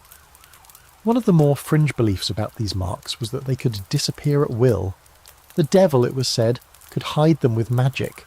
So if no marks were found, that didn't prove innocence. It proved the devil was covering his tracks. It's the ultimate catch-22. Have a mark? Guilty? Don't have one? Still guilty? Everything somehow loops back to guilt. Even the language used in these trials dripped with paranoia. The marks weren't just called blemishes. They were described as seals, brands, teats, blasphemies of the flesh. The skin, once thought to protect the soul, was now its greatest liability. And that idea wormed its way into every corner of the culture. Women began covering more skin, avoiding communal baths, praying for clear complexions, not out of vanity, but fear, because the wrong mark in the wrong place could mean death. You pause, staring at your own hands, your own arms. You think of every scar, every line, every spot you've never questioned before. In this world, any of them could have been enough. Any of them could have damned you, not because of what they were, but because of what someone decided they meant. Scholars today still argue over how much of this was sincere belief and how much was pure control. Was it a real religious panic or just a convenient excuse to police women's bodies? Probably both. The fear was real. So was the misogyny. They fed each other in a toxic loop. You leave the building as the door closes behind the next woman. The line hasn't gotten any shorter. The clouds overhead haven't moved. You feel something twist in your gut. Because even though these searches are long gone, the idea that your body can betray you, that's harder to shake. You're walking again through a part of the village no one talks about out loud. The lower courtyard behind the courthouse, shadowed and cold, where the stones are stained darker than they should be, and the air smells faintly of iron. There's a wooden door here, reinforced with rusted hinges, that leads down a narrow set of steps. And beneath it all, below the cobbles, below the noise, below the daylight, is the torture chamber. It's quiet. Always is. That's the worst part. Not the screaming, but the silence before it. This is where the questions get asked. Not the polite kind. Not the sort with parchment and pens. The other kind. The kind that comes with splinters, chains, and things that crank and stretch and tighten. The kind of questions that don't need answers, they just want pain. And the questions in witch trials always come back to the same subject.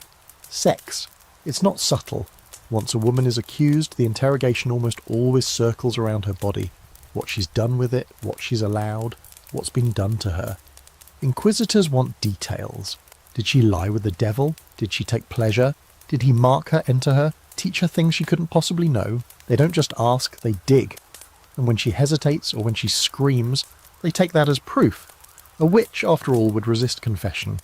You look at the tools, the rack, the pear, the thumbscrews, each one has a purpose and none of them are quick. There's a chair with metal spikes. Not enough to kill, just enough to pierce skin, press into muscle, leave blood without mercy. And there, in the corner, a simple rope and pulley system. The strappado, arms tied behind the back, body hoisted into the air, then dropped just enough to dislocate the shoulders. Not a death sentence, just a little reminder that you're not in charge of your own limbs anymore. Now, picture a woman strapped into that chair. She's been here for hours, maybe days. No food, no sleep, no warmth. The Inquisitor leans close and begins his questions. Always about sex. Why? Because in their minds witchcraft is sexual. The pact with the devil is sealed with the body. The magic comes through desire. So to break her, they need to get into her flesh and rip the secrets out. She says nothing, at first. They always start with nothing. But silence becomes pain, and pain becomes story. She confesses, eventually. They all do. Maybe she says she laid with a demon. Maybe she says he came to her in a dream and made her feel things, strange, burning, blasphemous things. That's what they're waiting for. Once they hear it, they stop. She's done, and she's damned. There are real transcripts that read like nightmares. One woman in Würzburg was questioned for days about whether she took pleasure in Satan's embrace. That specific phrase was repeated 16 times in the documents. Not, did he visit you? Not, did you believe in him? But did you enjoy it? Because in these twisted trials, pleasure itself is the crime. And not just pleasure, female pleasure. The entire structure of witch interrogations was built on the assumption that women were uniquely vulnerable to desire. That they couldn't help but fall for Satan's charms, that their bodies were traitorous, easily swayed by sensation. So when a woman confesses to enjoying the devil's touch, that's not just sin, it's betrayal of divine order. It's the proof they need that she doesn't belong to God anymore.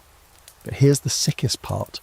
A woman could be tortured into confessing to sexual acts that never happened, and they're banshees for those acts.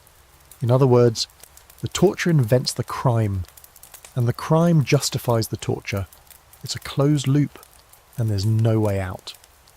Let's not pretend the Inquisitors were neutral parties. Many were obsessed with the erotic content of the confessions. They took notes in lurid detail. They asked for repeat descriptions. In one trial from the Higher Pyrenees, a woman was forced to explain exactly how the devil entered her, what he looked like, how he celled, what noises she made. The clerks copied it all and down carefully, like that they were scripting a scene instead of documenting a death. Scholars still debate how much of this was religious versus psychological. Were the Inquisitors truly convinced they were saving souls? Or were they just using their robes and titles to indulge some very dark fantasies? Maybe both. Either way, the women being tortured didn't care about the answer. They just wanted it to stop. And then there's the role of shame. Sexual torture wasn't always about the body. It was about breaking identity. A woman stripped, humiliated, forced to confess things that made her hate herself. She stops being a person. She becomes the image they've painted of her. A vessel, a whore, a witch. In one infamous trial in Württemberg, a woman was forced to confess that she taught other women how to seduce priests. She named names, hers, her sister's, her neighbours. Under the lash she told them whatever they wanted to hear. They executed her. Then they went after the women she mentioned. The cycle spun on, one confession birthing another, like a disease passed mouth to mouth. And the worst part, even when the torture ended, it never really stopped. The shame stuck. The words lived on in court records. The rumours lingered. Families were ruined. Children orphaned. Husbands left behind with a reputation they didn't ask for. All because someone dreamed up a confession with just enough heat to make it sound believable. You look again at the tools on the wall. They're clean now, unused. But you can still feel their weight in the room. Not in metal, but in memory. This wasn't justice. This wasn't even about crime. It was about control. about punishing women for wanting, for knowing, for existing in a way that made someone uncomfortable. And if that meant chaining them to a wall and forcing a story out of their mouths, so be it. You climb the stairs slowly, the light at the top feeling thin and distant. Your feet touch the cobblestones again, but you don't feel free. Not really. Because once you understand how pain was used to sculpt lies, it's hard to walk past a whisper without wondering what was behind it. There's a wedding happening near the chapel today. You can hear the bells pealing overhead, their bright clangs echoing off the stones like a forced smile. Flowers line the walkway, fresh pine branches crushed beneath the feet of the guests, their scent sweet and sharp. You see the bride young and pale, her veil trembling in the breeze. She's not crying, but she isn't smiling either. And when she glances at the groom, twice her age, thick-necked, red-faced, you see something flicker behind her eyes. Resignation, maybe calculation. You're not sure which is worse. That's how it went in most places. Marriage wasn't about love. It was about land, lineage, politics, or survival. A woman had little say in who she married, and less in what happened after. Her body, her labour, her voice all transferred to her husband the moment they left the altar. And if something broke down in that marriage, if the husband strayed or beat her or failed to provide, there was no easy way out. Divorce in most parts of medieval Europe was either illegal or nearly impossible, and legal separation required proof of something dire, abandonment, impotence, or abuse, and even then, the burden fell on the woman to prove it. But if she spoke up too loudly, if she demanded too much, if she simply tried to leave, well, then came the whispers that she was difficult, rebellious, unnatural, dangerous. And before long, those whispers curled into something sharper. Witch. You start to see the pattern now. When a man failed his marriage, society looked the other way. Boys will be boys. But when a woman did, it wasn't just a failing, it was a threat.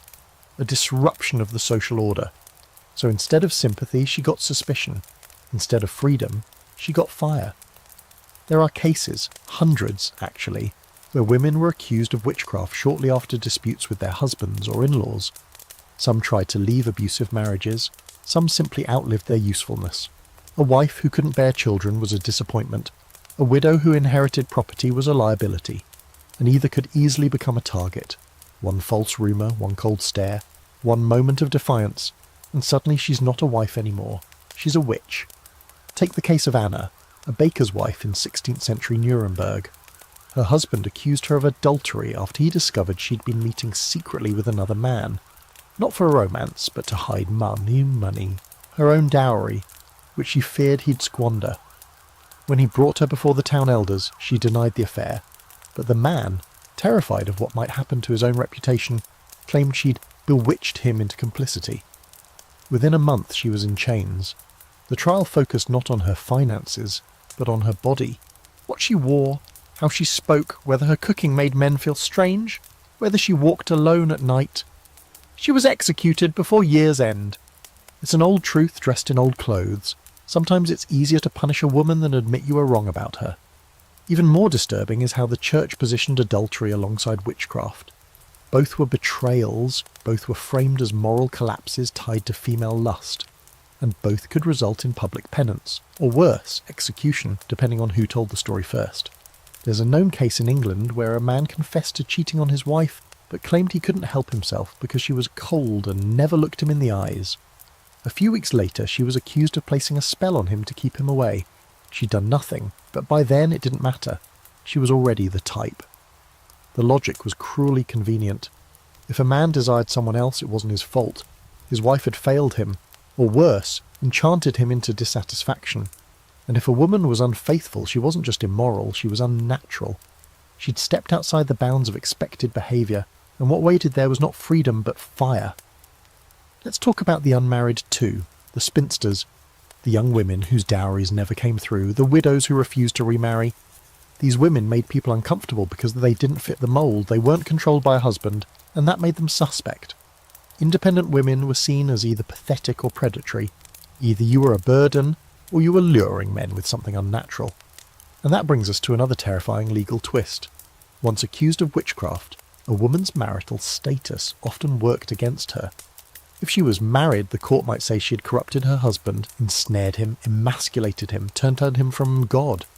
If she was single, they'd say she was ungoverned, untethered, drifting, dangerous.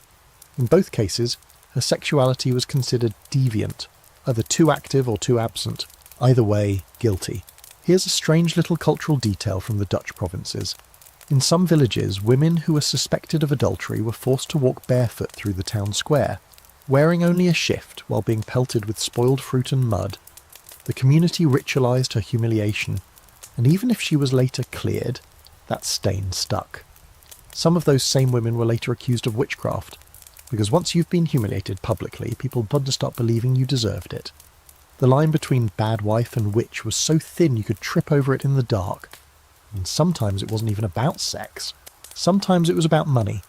Women who tried to keep their own inheritance, who disputed wills, who resisted being married off again. These were labelled as greedy, manipulative, unnatural. Witches, of course, because in a world where a woman's role was to be given, passed, traded and claimed, anyone who stepped out of that flow became a blockage, a threat, and society hates a clog in its pipe. You hear the wedding bells fall silent, finally. The bride and groom disappear inside the chapel for the rites. The guests drift toward the banquet tables. Laughter rises. You watch from the edge, thinking about how many marriages were really just contracts in a different font. How many women walk down that aisle towards someone who didn't want a partner, just property? And when property talks back, it burns. The feast after the wedding is loud, stuffed with salted meat, sour bread, and wine that tastes more like vinegar than celebration. You linger on the edge of it all, watching as people toast, sing, shout over each other. A group of older women sits near the fire, not quite included, not quite ignored. One of them wears a veil even indoors, not for modesty, but for mourning. She's a widow, still sharp-eyed, still proud. You can tell by the way people avoid looking her directly in the face. You've seen it before, the uneasy glance, the polite silence. She's outlived her husband, and in doing so crossed a line. Because in this world, women are sorted into two categories, pure or impure, virgins or witches, saints or seductresses. And once you're no longer protected by the innocence of youth or the authority of a husband, you slide, whether you like it or not, toward the wrong side of that divide, the grey space between woman and monster. It's no coincidence that the most venerated women in medieval Christianity were virgins, Mary, the ultimate holy woman, whose purity elevated her above the ordinary. She was praised not for what she did, but for what she didn't do. She didn't sin, didn't desire, didn't touch or get touched. She submitted, quietly, humbly, to God's plan. She was the mould, the ideal, and that mould crushed everything that didn't fit. A young woman who expressed her sexuality was dangerous. A married woman who enjoyed sex? Suspicious. But a widow who had once known sex and now controlled her own life? That was terrifying, because she couldn't be boxed in anymore. She had knowledge of the body, of men, of money. She didn't answer to a father or a husband, and for many that freedom looked a lot like defiance. It's in this cultural tension that the virgin versus witch archetype was born. One was light, the other shadow, one was elevated, the other degraded, and the line between them was razor thin. Even religious women weren't safe.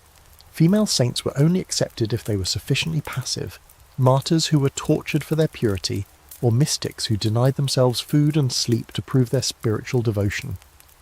But if a woman claimed too much authority, if her visions were too powerful, too vivid, too sensual, she was questioned, accused, silenced.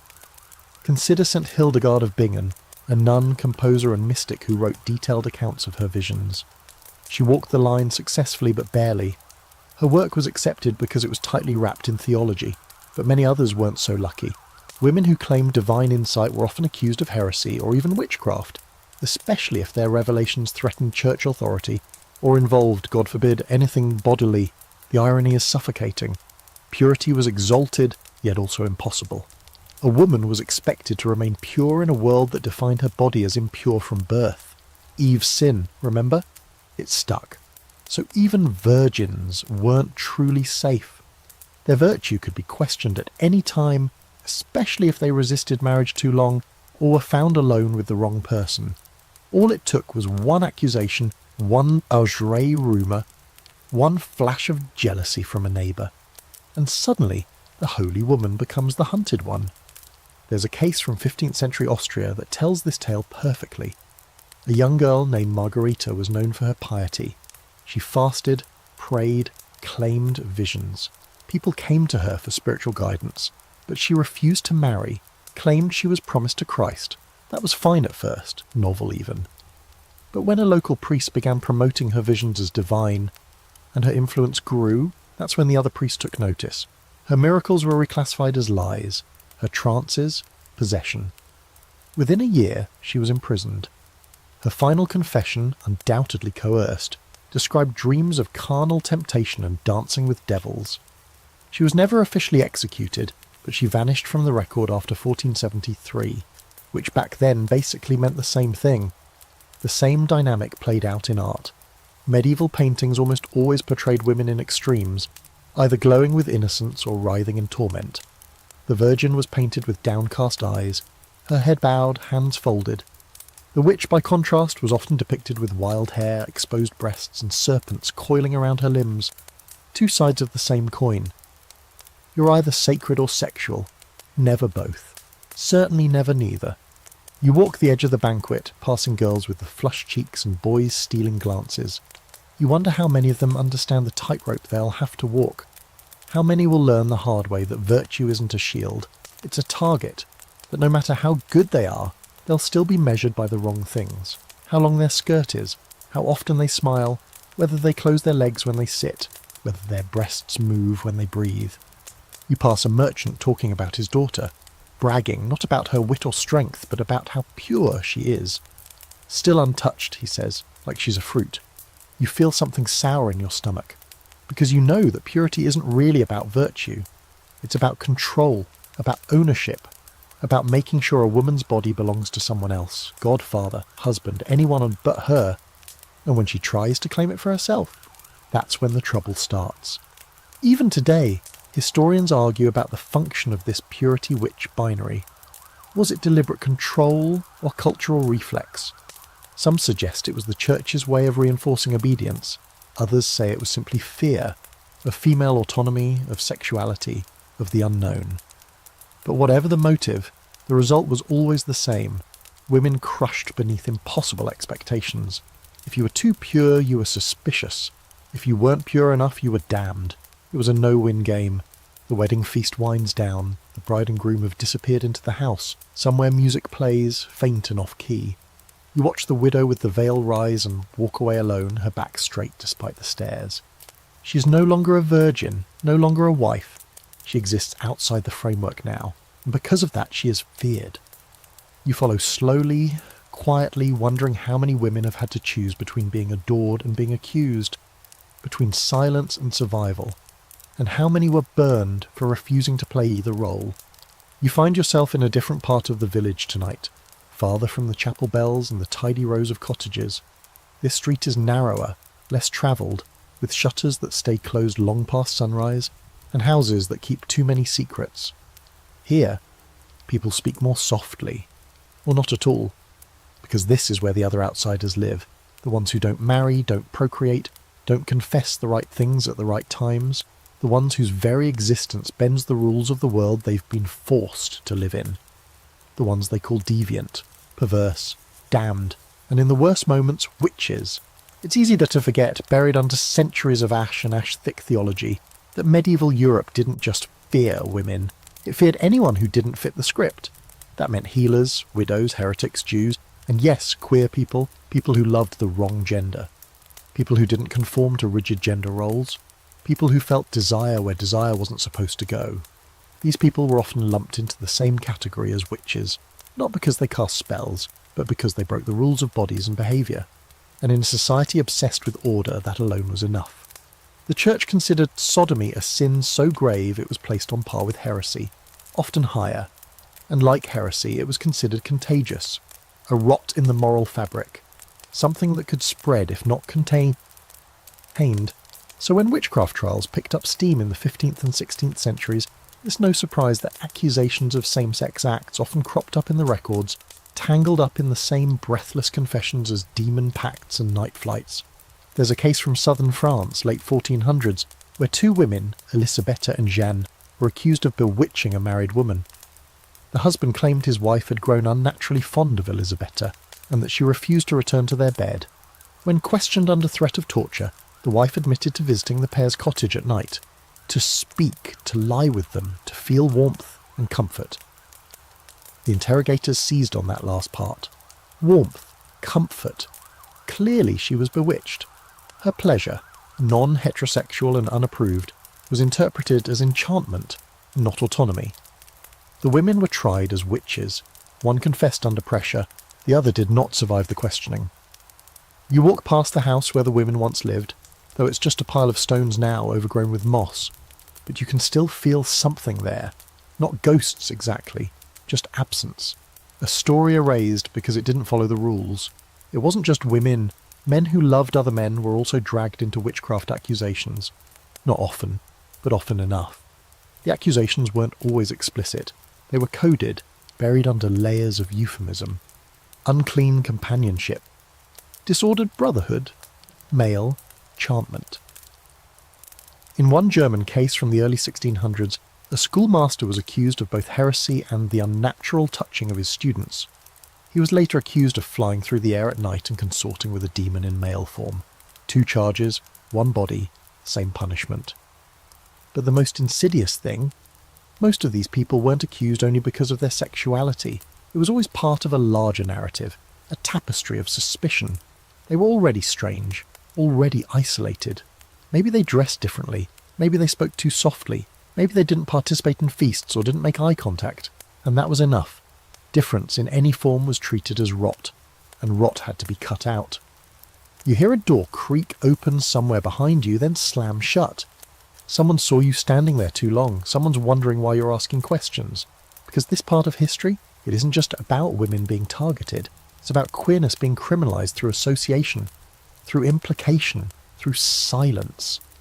There was no space for it to exist openly, so it festered in shadow. And those shadows became easy places to hang suspicion. The rhetoric was chillingly familiar. Just like witches were accused of luring the faithful away from God, queer people were said to lure others into sin. Just like witches were said to pleasure demons, queer people were accused of pursuing pleasure for its own sake, an unforgivable crime in a world where sex was supposed to be for procreation and little else. Just like witches were blamed for illness and drought, queer people were blamed for moral collapse. The language matched. The hatred rhymed. One of the most twisted parts of all this was how easily the church's war on sexuality folded into the witch trials. You weren't punished just for your actions, but for your desires, your dreams. If a man confessed under duress to dreaming about another man, that was evidence. If a woman confessed to finding comfort in the touch of a female friend, that was a warning sign. The inquisitors weren't just hunting witches, they were hunting any deviation from the sexual norm. And some did more than confess. Some, desperate for forgiveness or simply broken by isolation, turned themselves in. There's a record of a man in Florence who walked into a church and begged for confession. He admitted to thoughts, just thoughts, about other men. He was flogged publicly and exiled. Later, someone accused him of poisoning a neighbour's cow. The story evolved. Within a month, he was being tried for witchcraft. It wasn't about belief, it was about fear. And fear, once it gets its claws in something, doesn't let go. Historians today are only just beginning to untangle this part of the past. There are gaps in the record, deliberate ones. Queerness was so taboo that it was often left unspoken, which means many of those who are accused, punished, erased, aren't even remembered by name. They're just described, whispered about, folded into the margins of other people's stories. You stop in front of another ruined building. No plaque, no marker, just stone and shadow and time. And you realise that this entire village is built on the silence of people who were never allowed to be fully themselves. Who were told that their love was poison, that their joy was evidence, that their existence had to be confessed away. You walk back into the main square, where the lights glow warm again, and no one says anything about the dark part of town. They never do, but the past lingers, thick as smoke, and if you listen closely you can still hear the echo of voices that were once called unnatural, or worse, called witches. You're standing on the steps of the courthouse again. The sun has returned, sharp and almost cruel in its clarity, like it wants to expose everything that's been hidden. Villagers bustle around the square. trading goods, shouting greetings, brushing crumbs from their cloaks. On the surface, it looks like any other day. But you've learned by now that nothing here is ever just what it looks like. Not the smiles, not the sermons, not the trials, and certainly not the men who run them. You watch a magistrate exit the stone building, robes flowing, like he's still pretending they weigh more than he does. His expression is solemn, but there's a glint behind his eyes that doesn't quite match the tone. The inquisitor beside him nods, murmuring something. They laugh. It's brief, but it curls your stomach. Because here's the thing no one likes to say out loud. The people conducting the witch trials, the judges, the priests, the scribes, were not neutral. They weren't above the fray. They were neck deep in it. And sometimes, beneath their holy books and official robes, they were just as lustful, corrupt, and power-hungry as the women they accused. Sometimes more. Records tell us about the accused, but every now and then the curtain slips and we catch a glimpse of the accusers, their fixations, their contradictions, the quiet hypocrisies that seeped into every ruling. The men in charge were supposed to be paragons of virtue, defenders of the faith. But time and again, they couldn't seem to stop obsessing over the very sins they claimed to despise. Start with the questions they asked. Page after page of trial transcripts reveals the same pattern. A disturbing preoccupation with sexual detail. What did the devil look like? What did he do to you?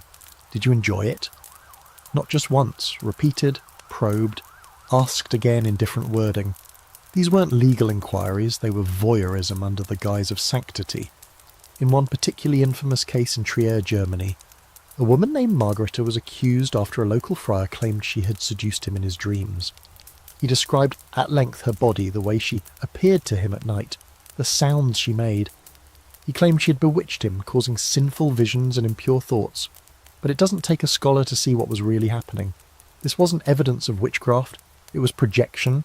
She was punished for being the object of a man's fantasies, fantasies he refused to take responsibility for. You begin to see how power twisted everything. These judges and priests weren't just condemning witches, they were protecting themselves. By framing desire as attack, they could maintain the illusion of purity while indulging in an interrogation that bordered on fetish.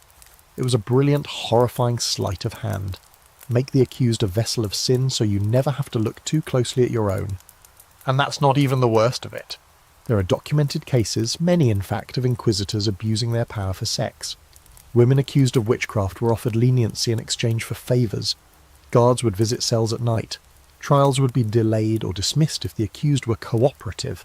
Of course, none of this made it into the official records, but testimonies leaked out. Posthumous confessions, letters smuggled from dungeons, whispers in taverns. People knew. They just didn't say it out loud, because what would be the point? The same men judging you were the ones who wrote the rules. If you accused your accuser, you confirmed their story, that you were a liar, a seductress, a witch. Even the confessions, which were supposed to be sacred, were often rewritten, edited, embellished.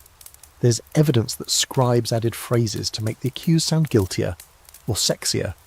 One confession from northern Italy includes a passage where the accused allegedly moaned with delight as the devil kissed her breast. But handwriting analysis shows that section was written by a different scribe, in a different ink. It was added later, not for truth, for drama, for theatre. You sit on a bench in the square and watch a group of clerks pass by, their arms full of parchment. You wonder how many of those pages contain fiction. How many hold the words of broken women, twisted into something pornographic? How many were altered not because the truth was unclear, but because the truth wasn't interesting enough? Because that's what it became, didn't it? A performance. The accused were actresses in a play written by men who wanted both the thrill of sin and the satisfaction of moral superiority. They could leer and lecture in the same breath. They could punish what they themselves desired. And society let them. After all, these men were educated, cloaked in Latin and ceremony. Their authority was divine. Who would question them? Certainly not the peasants whose daughters had been taken. Not the wives afraid of becoming widows. Not the men eager to have their own guilt washed away by someone else's punishment. And that's the part that lingers long after the ashes settle. Not just that innocent people were killed, but that they were used, exploited, transformed into avatars for the fears and fantasies of the very people meant to protect them. There's a debate among historians today about how much of this was conscious. Were these men deliberately manipulating the system for pleasure and control, or were they true believers, victims of their own warped theology? Some argue that the lines between lust, guilt and piety were so tangled that even the inquisitors didn't know where one ended and the other began. Others say that's too generous. That power always knows what it's doing. Either way, the outcome was the same. Women burned, bodies broken, stories rewritten. You rise and walk through the square, past the gallows that now stands empty. The crowd has thinned. The bells are quiet. But that glint in the magistrate's eye, that doesn't go away. It's still there, hiding behind robes and rules and the illusion of virtue. And if you listen closely, you can still hear the echo of laughter that should never have been heard at all. You're up early the next morning, walking through a field rimmed with frost, your breath curling in the air like a slow ghost. A raven flies overhead, croaking out a single note. And for a moment, you expect the earth beneath your feet to open and swallow you whole.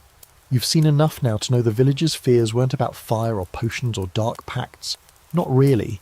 They were about the body, about who controlled it, about who was allowed to have power over anything at all, especially when that power lived in a woman's body. But here's a twist. Not all accused witches were women. You pass a wooden shed sagging under the weight of old snow and hear someone chopping wood behind it. A man, tall, weathered, face like old leather. He nods as you pass, but doesn't speak. You recognise him. He's the brother of a man accused years ago, not burned, not exiled, just shamed into silence. You wouldn't know unless you'd ask, unless you'd read the records. But the story is still there, tucked behind the frown lines and quiet mornings. Because yes, men were accused of witchcraft too. Not often, not publicly, but they were. It's one of the more overlooked pieces of the witch-hunting era, partly because the image of the witch is so deeply gendered. We imagine women, crones, seductresses, outcasts, but scattered across Europe from Norway to Naples, there are stories of men who are accused, tortured, and sometimes killed for witchcraft. And when you dig into those stories, something curious happens. You see how differently their crimes were framed, how their trials were quieter, quicker, and often stripped of the erotic panic that clung to every accusation against women. The men accused of witchcraft tended to fall into certain categories. Healers, alchemists, herbalists, widowers, sometimes clergy, sometimes poor labourers with reputations for being unlucky or strange, and most importantly, often men who weren't quite manly enough. Too soft, too secretive, too separate. If a man lived alone or never married, or didn't fit the mould of hard-working, God-fearing masculinity, suspicion followed. There's a case from Sweden, early 17th century. A man named Lars was accused of casting spells on livestock. He was known for his knowledge of herbs, lived alone, and didn't attend church regularly. The villagers claimed his eyes shone red in moonlight, and that he spoke in languages no one understood. No mention of sex, no mention of seduction, just fear. He was flogged and forced into exile. He disappeared into the woods and was never seen again. Compare that to the women you've seen dragged through court whose bodies were inspected, whose sexuality was dissected like a frog on a table. Lars was a threat to the natural order. But women? Women were threats to the moral order, and that distinction mattered. A male witch was a curiosity. A female witch was a crisis. Even the language shifts when the accused is male. They're rarely called witches, more often sorcerers or cunning men. There's a faint air of respect, even fascination. Some men were rumoured to have learned their magic while travelling, studied in foreign lands, read forbidden books. Women didn't get that luxury. They weren't seen as scholars. If they had knowledge, it came from the devil. If they had influence, it was seduction. The male witch was mysterious. The female witch was dangerous. There's another layer to this, though, and it is where things get messier. Many male witches were accused of feminine magic, meaning they were charged with using charms and potions, particularly ones related to love, fertility, or healing, which, in medieval logic, made them even more suspect. Because they were stepping into women's territory, they were becoming like women. And being like a woman, in a system built on male dominance, was basically its own form of heresy. You start to see the unspoken truth. It wasn't just witchcraft that was punished, it was gender non-conformity. Men who acted like women were witches. Women who acted like men were witches. Anyone who slipped out of their expected shape, who made the culture squirm, got pushed toward the fire. There's a story from the Basque region of Spain where a man named Ignacio was accused of transforming into a goat at night and consorting with female witches. The details read like something out of a tavern tale: rampant debauchery, flying feasts, satanic dances. But the underlying fear wasn't about magic, it was about masculinity. Ignacio was poor, unmarried, and didn't attend mass. He wept during interrogation. That detail was noted, highlighted even. The court used it as evidence of weakness, of duplicity, of something unmanly. He was accused not just of sorcery, but of being soft, of not being what a man should be. And if you look close, you start to see the same sexual panic that haunted the women's trials, but inverted. Male witches were often accused of being passive, of submitting to demons, of being used. And that, in a deeply patriarchal world, was horrifying, because passivity was a woman's domain, and for a man to cross that line was to threaten the entire hierarchy. Historians still argue about why male witches weren't treated with the same theatricality. Some say it's because male bodies weren't sexualized in the same way. Others suggest it's because men held more social power and could negotiate their way out of punishment more easily. There's probably truth in both, but the core idea remains. Witchcraft, at its heart, wasn't just about spells. It was about social control, and that control had very specific ideas about what men and women should be. You return to the main road and see the man still chopping wood. You think about how close his brother came to losing everything, about how his body wasn't searched, about how his thoughts weren't probed for lust. He was punished, yes, but not dismantled, not destroyed. And you realise again that the witch trials were never fair, not even in their cruelty, even in their violence. They played favourites, because when power fears you, it doesn't always burn you. Sometimes it just buries you. You walk deeper into the woods this time, away from the village, away from the bell towers and stone crosses and dripping eaves. The path narrows, softens, becomes less a trail and more a suggestion. The trees close in around you, old and gnarled, their trunks wrapped in ivy, their branches creaking like they remember everything that's ever happened here. And then, as the forest clears slightly, you see her. Not a person exactly, an image, a memory, a figure etched into folklore, older than the church, older than Latin, older even than the word witch. She doesn't wear a pointed hat, she's barefoot, hair loose and wild, skin streaked with earth. She carries a satchel of herbs, or maybe bones. She sings when she walks, but only to herself. They call her the Wild Woman. You've heard about her in whispers and bedtime tales. The witch of the woods, the woman who lives alone, who answers to no one. She might offer healing or mischief or a curse depending on her mood. She lives outside the law, outside the village, and she's free, which is why they fear her so much. Before Christianity, before Europe was crisscrossed with cathedrals and sermons, there were goddesses, nature spirits, forest mothers, women who were worshipped not for their chastity, but for their fertility, their wisdom, their connection to the land. These figures, Artemis, Diana, Hecate, the Morrigan, were powerful, untamed, and sometimes terrifying. But they were never ashamed, and as Christianity swept through, it didn't erase them, it just changed their names. The forest goddess became the witch, the sacred grove became the haunted wood, the healing woman became the hag. That's the thread historians keep tugging on, that maybe the image of the witch, the one we know, the one we burn, was born not from evil, but from older forms of reverence. That these so-called witches were simply the last echoes of paganism, of female autonomy, of lives lived outside the rigid lines drawn by men in churches and courts. You crouch near a stream and dip your fingers in the cold water. It's still, clean. You imagine the Wild Woman washing her herbs here, or her hands after childbirth. Not because she's hiding, but because this is where she belongs. She doesn't need permission to be here. She doesn't ask for forgiveness. She just is. This, of course, was part of the problem. The Wild Woman defies structure. She doesn't marry, doesn't confess, doesn't sit quietly in a pew or cross herself before meals. She follows the cycles of the moon, not the church calendar. And in doing so, she disrupts the very order the village depends on. She reminds them that not everyone needs a priest. Not everyone needs a man. Not everyone fears the dark. That kind of freedom is dangerous. So when crops fail, or children sicken, or animals die, and the villagers go looking for someone to blame, they remember the Wild Woman. The one who lives at the edge of the forest, the one who doesn't attend mass, the one who knows which mushrooms make you sleep and which make you see stars. They say she rides wolves, they say she drinks moonlight.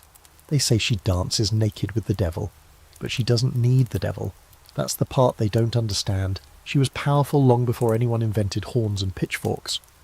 There's a fringe theory among scholars that some witch accusations, particularly in rural regions, were remnants of pre-Christian rivalries, that women who kept older traditions, midwifery, herbalism, seasonal rites, were targeted not because they were dangerous, but because they refused to assimilate. They carried stories older than the Bible, and that alone made them subversive, threatening, and ripe for condemnation. In one village in the Black Forest, a woman named Elsa was accused after she performed a harvest blessing using a bundle of wheat, salt, and river stones. She claimed it was an old family ritual. The local priest called it pagan nonsense and demanded she stop. When the next season's yield was poor, the villagers blamed her, said she had cursed the land. Her knowledge of the old ways became evidence. Her silence became guilt. She was hanged before winter. Else wasn't alone. All across Europe, especially in regions slower to Christianize, you find stories of women like her, keepers of forgotten rites. The old religion didn't vanish, it just went underground, and the women who carried it, knowingly or not, became scapegoats when the world shifted. You reach a glade now, bathed in golden light, and sit against the roots of a tree older than memory. Here, it's easy to believe the stories weren't all lies. That once, women danced here without fear. That they healed and sang and made offerings to something that didn't need guilt to feel sacred. But you also know how that story ends. The wild woman doesn't last. She's hunted. Her songs are called spells. Her herbs become poison. Her solitude becomes evidence of sin. And the forest... Once a sanctuary becomes a trap, because no one is allowed to be wild forever. Not if they're a woman. Still, the image survives. In tales, in paintings, in every girl who runs into the woods to scream, in every woman who keeps a garden no one else understands, in every silence that says, "I do not belong to you." You rise, brushing leaves from your clothes. The forest watches you go, unbothered. It's seen worse, it'll see worse again. And somewhere between the village and the trees, the wild woman waits, not for redemption, not for resurrection, just to be remembered for what she really was, not a witch, not a demon, just free. The sky turns heavy by afternoon, churning with bruised clouds and the kind of quiet that precedes a storm. The villagers move faster now, glancing up as they hurry to tie shutters, bring in goats, and pretend the wind isn't whispering names. You wander to the edge of the meadow where the ground sags into a marsh. It smells like wet moss and old bones. People don't come here much. Too soft underfoot. Too many stories about what lives in the reeds. Or used to. They say this place belonged to wolves once, and maybe it still does. But in the years of peak witchcraft panic, something else haunted the bogs and hollows of Europe. Fear not just of witches, but of those who could shift, howl, and devour. Yes, we're talking werewolves, and yes, weirdly, they have everything to do with sex, sin, and the witch trials. It's easy to think of werewolves as a separate myth. Lurid, hairy, more horror film than historical document. But in late medieval and early modern Europe, the line between witchcraft and shape-shifting was paper-thin. The same anxieties that fueled fear of witches about bodies, desires, unnatural appetites also fueled accusations of lycanthropy. And while most werewolves accused were men, the overlap with witchcraft made sure women weren't left out of the carnivorous fun. Start with the basics. The werewolf was a symbol of uncontrolled lust. Not just in the literal sense, like tearing flesh, but in a more Freudian, layered way. He was the man who couldn't keep himself civilized, who gave in to instinct, to hunger, to the animal within. And because Europe was a place obsessed with restraint, especially sexual restraint, nothing was scarier than the person who abandoned it completely. You might be thinking, okay, but wasn't that more of a dude problem? Fair. Most werewolf stories focus on men, hunters, soldiers, hermits, going feral under a full moon. But during the height of witch panic, that narrative started shifting. Suddenly, witches weren't just dancing with devils or whispering curses. They were transforming into cats, crows, goats, and yes, sometimes wolves. You can see this shift in the records. In a trial from Estonia in the 1600s, a woman named Lene was accused not only of hexing cattle, but of riding as a wolf through the woods with the devil's hounds. Witnesses claimed to have seen her sprinting on all fours. Her confession, as always tortured out of her, described a sabbat where she and other witches drank from a black river and took on the form of beasts to hunt children. Wild, absolutely. Believed, totally. These hybrid stories didn't emerge from nowhere. They echoed older pagan beliefs about shapeshifting, where certain women, often priestesses or nature spirits, could become animals as a form of power, not punishment. But in Christian Europe, transformation wasn't liberation. It was sin. It was surrender to base impulses, to lust, to the body. So if a woman was accused of becoming a wolf, she wasn't just a danger to the village, she was a woman who had lost her soul. Here's where it gets darker. Some of the most grotesque witch trials involved accusations of bestiality, and not just with animals, with demons in animal form, or the accused becoming animals during sexual acts. The language is vile, the descriptions are graphic, but the pattern is telling. These trials weren't just about stopping magic. They were about punishing desire that didn't follow rules. That felt wrong. That blurred lines. In one German case, a midwife was accused of birthing wolf children after sleeping with a demon in the form of a hound. Her body was examined, prodded, and declared marked by unnatural use, which, if you're wondering, is not something any doctor ever wants to write down. And if you're thinking, okay, but surely people didn't believe this literally, think again. Some really did. Others didn't care. Because whether or not a woman actually turned into a wolf didn't matter. The metaphor did. The idea that a woman could become wild, untamed, ruled by hunger. That was the true crime. Now here's a fringe detail you won't find in most textbooks. There were rumours that witches could create wolf belts, strips of enchanted animal hide that, when worn, allowed transformation into beasts. These were said to be rubbed with flying ointment, tied with human hair, and activated by moonlight and nakedness. Most of this comes from second-hand confessions, half remembered, half coerced, but the image stuck. A naked woman cloaked in fur sprinting through the woods under a silver moon. It wasn't just frightening, it was erotic, and that made it even more threatening. Because at the core of it all, the werewolf-witch crossover was about control. The body out of control, desire out of control, nature out of control. A woman who could turn into something else, something fast, something fanged, something dangerous, couldn't be managed, couldn't be owned. And so these stories were written backwards. Women weren't punished because they were animals. They were called animals because they were being punished. Think about it. If you were accused of witchcraft and confessed to flying through the night sky, you were executed. But if you said you flew as a wolf, that added a whole new layer of monstrosity. You weren't just rebelling against God, you were rebelling against being human. And nothing unnerved the powers that be more than a woman who refused to stay in the shape they gave her. You sit on a mossy log now, staring into the trees, listening for howls you know won't come, but the fear still hangs in the air. The fear of the woman who runs when she's told to kneel, the woman who bites when she's told to be quiet, the woman who sheds her skin and never asks for it back. The storm breaks finally, soft and slow. Rain patters the leaves like whispered names. And as you walk back toward the village, you wonder how many women they called wolves just because they didn't want to be lambs. By the time you reach the outskirts of the village again, the rain has stopped, leaving everything slick and humming with steam. The roofs glisten, the stones sweat, and the people, well, they pretend the storm never happened. That's their way. Keep your head down, keep walking. Don't ask questions about where the lightning struck or what smouldered beneath it. But today you're not here for the whispers or the witches, you're here for the books. Duck into a small lopsided building near the chapel, the scribe's hut. It smells like old ink, wax, and the kind of dust that's heavy with stories. A clerk sits inside, scratching notes into a parchment so worn you can see the indentations of earlier pages. He doesn't look up when you enter. He's used to people ignoring him, which is ironic, because this is the man who writes everything down. The trials, the confessions, the punishments. He's the quiet hand behind the spectacle. And what he records becomes the truth, or at least the only version of it that survives. This is where we start peeling back the final, most delicate layer of the witchcraft panic. The construction of narrative. How stories about sex, about sin, about power get written, rewritten, and preserved. How history itself gets bewitched. Most of what we know about witch trials comes from documents like the ones this clerk is copying. Trial transcripts, inquisitor manuals, court records. But these weren't neutral accounts. They were shaped by the biases of the people who created them.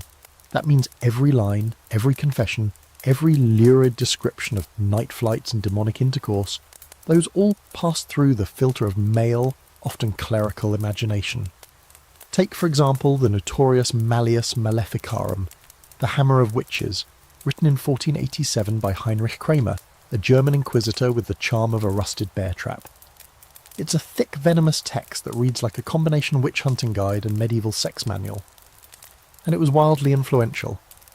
For centuries it shaped how Europe viewed witches, and especially how it linked female sexuality to devil worship. Kramer had a particular obsession with the idea that women were more likely to be witches because they were weaker in faith and more carnal by nature. He wrote that women were deceptive, insatiable, and easily led astray by their desires. In other words, the devil didn't need to work hard. Just show up in the form of a handsome man or a sensual dream, and women would practically beg to join him. That's the core of Kramer's argument. That female desire itself was unnatural. That a woman who took pleasure in her own body, or in anyone else's, was already halfway to damnation. The rest was just paperwork. You watch the clerk dip his pen again, careful, precise. Maybe he's copying a confession. Maybe he's rewriting one, because that happened too. Testimonies were often cleaned up before being entered into official record. Gaps were filled in, doubts erased. If a woman didn't confess the right things under torture, they sometimes wrote as if she had. Or they edited her words into a narrative that made more sense to the church. That sounded more sinful, more juicy. Because let's be honest, there was something theatrical about all of this. The confessions weren't just evidence, they were stories. Morality plays dressed in agony and ash. And they followed a script. Act 1. The woman is strange. Maybe she lives alone, maybe she's mouthy, maybe she just knows when a storm is coming before anyone else does. Act 2. Someone suffers, a cow dies, a baby gets sick, a man loses interest in his wife, and the village needs an explanation. Act 3. The woman is accused, brought in, searched, interrogated. Act 4. The confession. Always a performance, whether forced or faked. The devil came to her, he kissed her, touched her, slept with her, promised her power, she agreed. She danced, she flew, she fed her familiars from secret teats.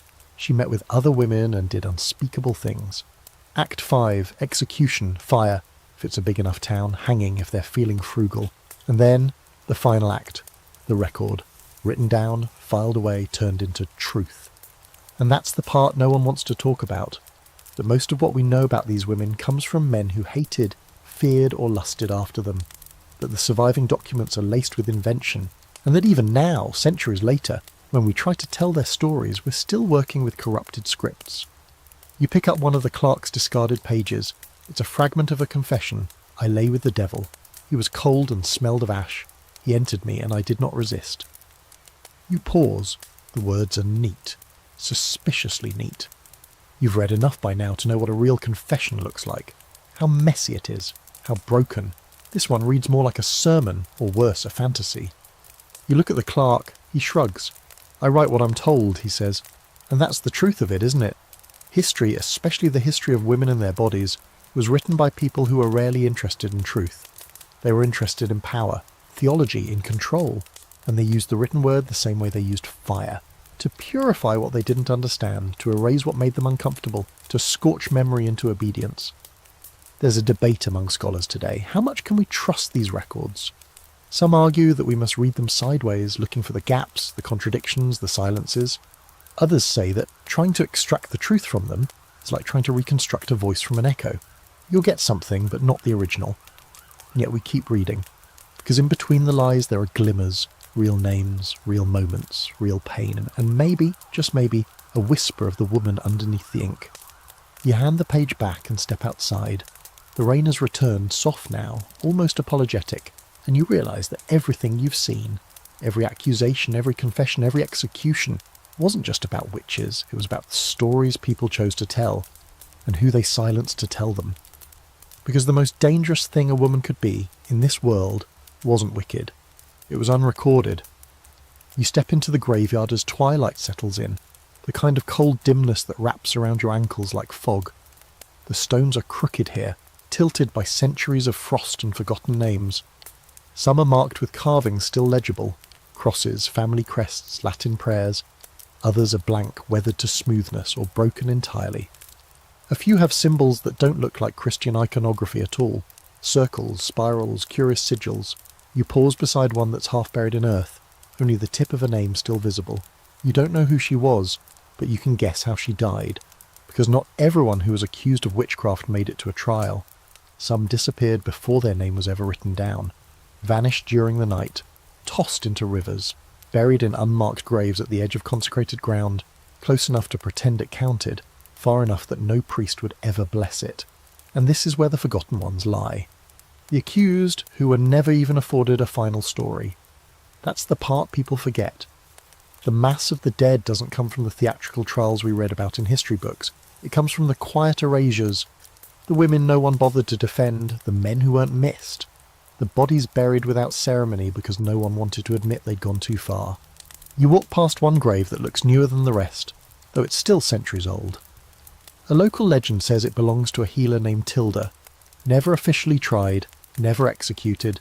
She just vanished after the baker's baby died, and the midwife whispered that Tilda had cursed the milk.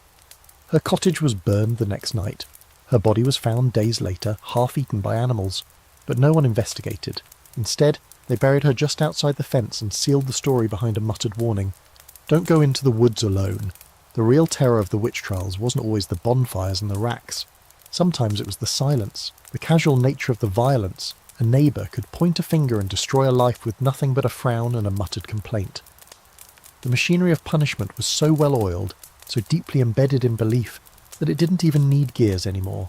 Just friction, just pressure, just fear. That's the word that hangs over these graves, fear. It governed everything. The fear of illness, of famine, of infertility, of women who knew too much, of men who desired too differently, of dreams that didn't match doctrine. And instead of confronting that fear, naming it, understanding it, people turned it into firewood. They fed it victims, and the more they burned, the safer they felt. Except, of course, they never really were. You crouch near another stone and run your fingers over the moss-covered engraving. It's faint, but you catch a name. Agatha. No date. No epitaph. Just that one word barely there. And yet she survived longer than most, if not in flesh then in stone. Here's something strange. In parts of Germany and Switzerland, folk legends developed around the graves of witches. People started leaving offerings, flowers, coins, even food. Not out of reverence necessarily, but fear. The belief was that these women might still hold power even in death, that their spirits could bring protection or revenge. It's paradoxical, they were called evil, condemned, executed, and then quietly venerated when no one was watching. One particularly eerie story comes from a village near Lake Geneva, where the grave of a woman named Sabine became a pilgrimage site for unwed mothers. They'd leave herbs and pieces of cloth on her tombstone, asking her to watch over them during childbirth. Sabine had been a midwife, accused of sorcery after 3 stillbirths in a row. No trial, just a mob and a shallow grave. But the legend outlasted the verdict. In death she became something else, a saint without approval. It's these contradictions that tell the real story, that while the institutions tried to define witches as evil, filthy, perverse, inhuman, the people on the ground knew better, or at least suspected. They saw the same woman who helped deliver their children dragged away in chains. They heard the same girl who braided their daughter's hair accused of dancing with devils, and part of them had to wonder, if she's a monster, what does that make me? And yet no one spoke up, or not loudly enough, because fear is a stronger currency than truth, and it buys silence in bulk. You sit down now, beside the gravestone with Agatha's name. The sky above is streaked with violet. The village lights blink on in the distance one by one like cautious eyes. And you wonder, what would these women say if they could rise? Not as vengeful ghosts, but just as themselves, as people. Maybe they'd tell you their real stories, the ones behind the confessions, that they never flew, that they never danced with demons, that the ointments they made were for arthritis, not astral projection, that they knew the herbs because their mothers had taught them, that they touched another woman not because the devil commanded it, but because it felt like comfort in a world that offered none. Or maybe they wouldn't say anything. Maybe they're tired of explaining, of justifying, of being turned into metaphors for everything men don't understand. There's a scholarly debate, always is, about how we should remember the witch trials. Should we focus on the theological context, the political motivations, the sociology of mob behaviour? But others argue that what matters most is simply mourning, not analysing, not dissecting, just acknowledging the loss, the sheer staggering scale of it. Tens of thousands of people, burned, hanged, drowned, tortured, silenced.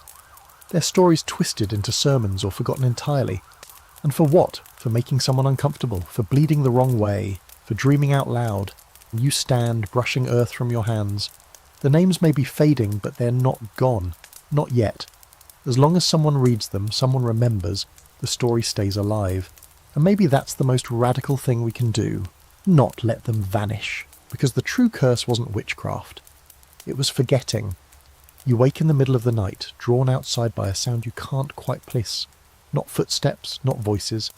Just the hush of leaves stirring, wind brushing against rooftops, the occasional creak of timber settling into itself.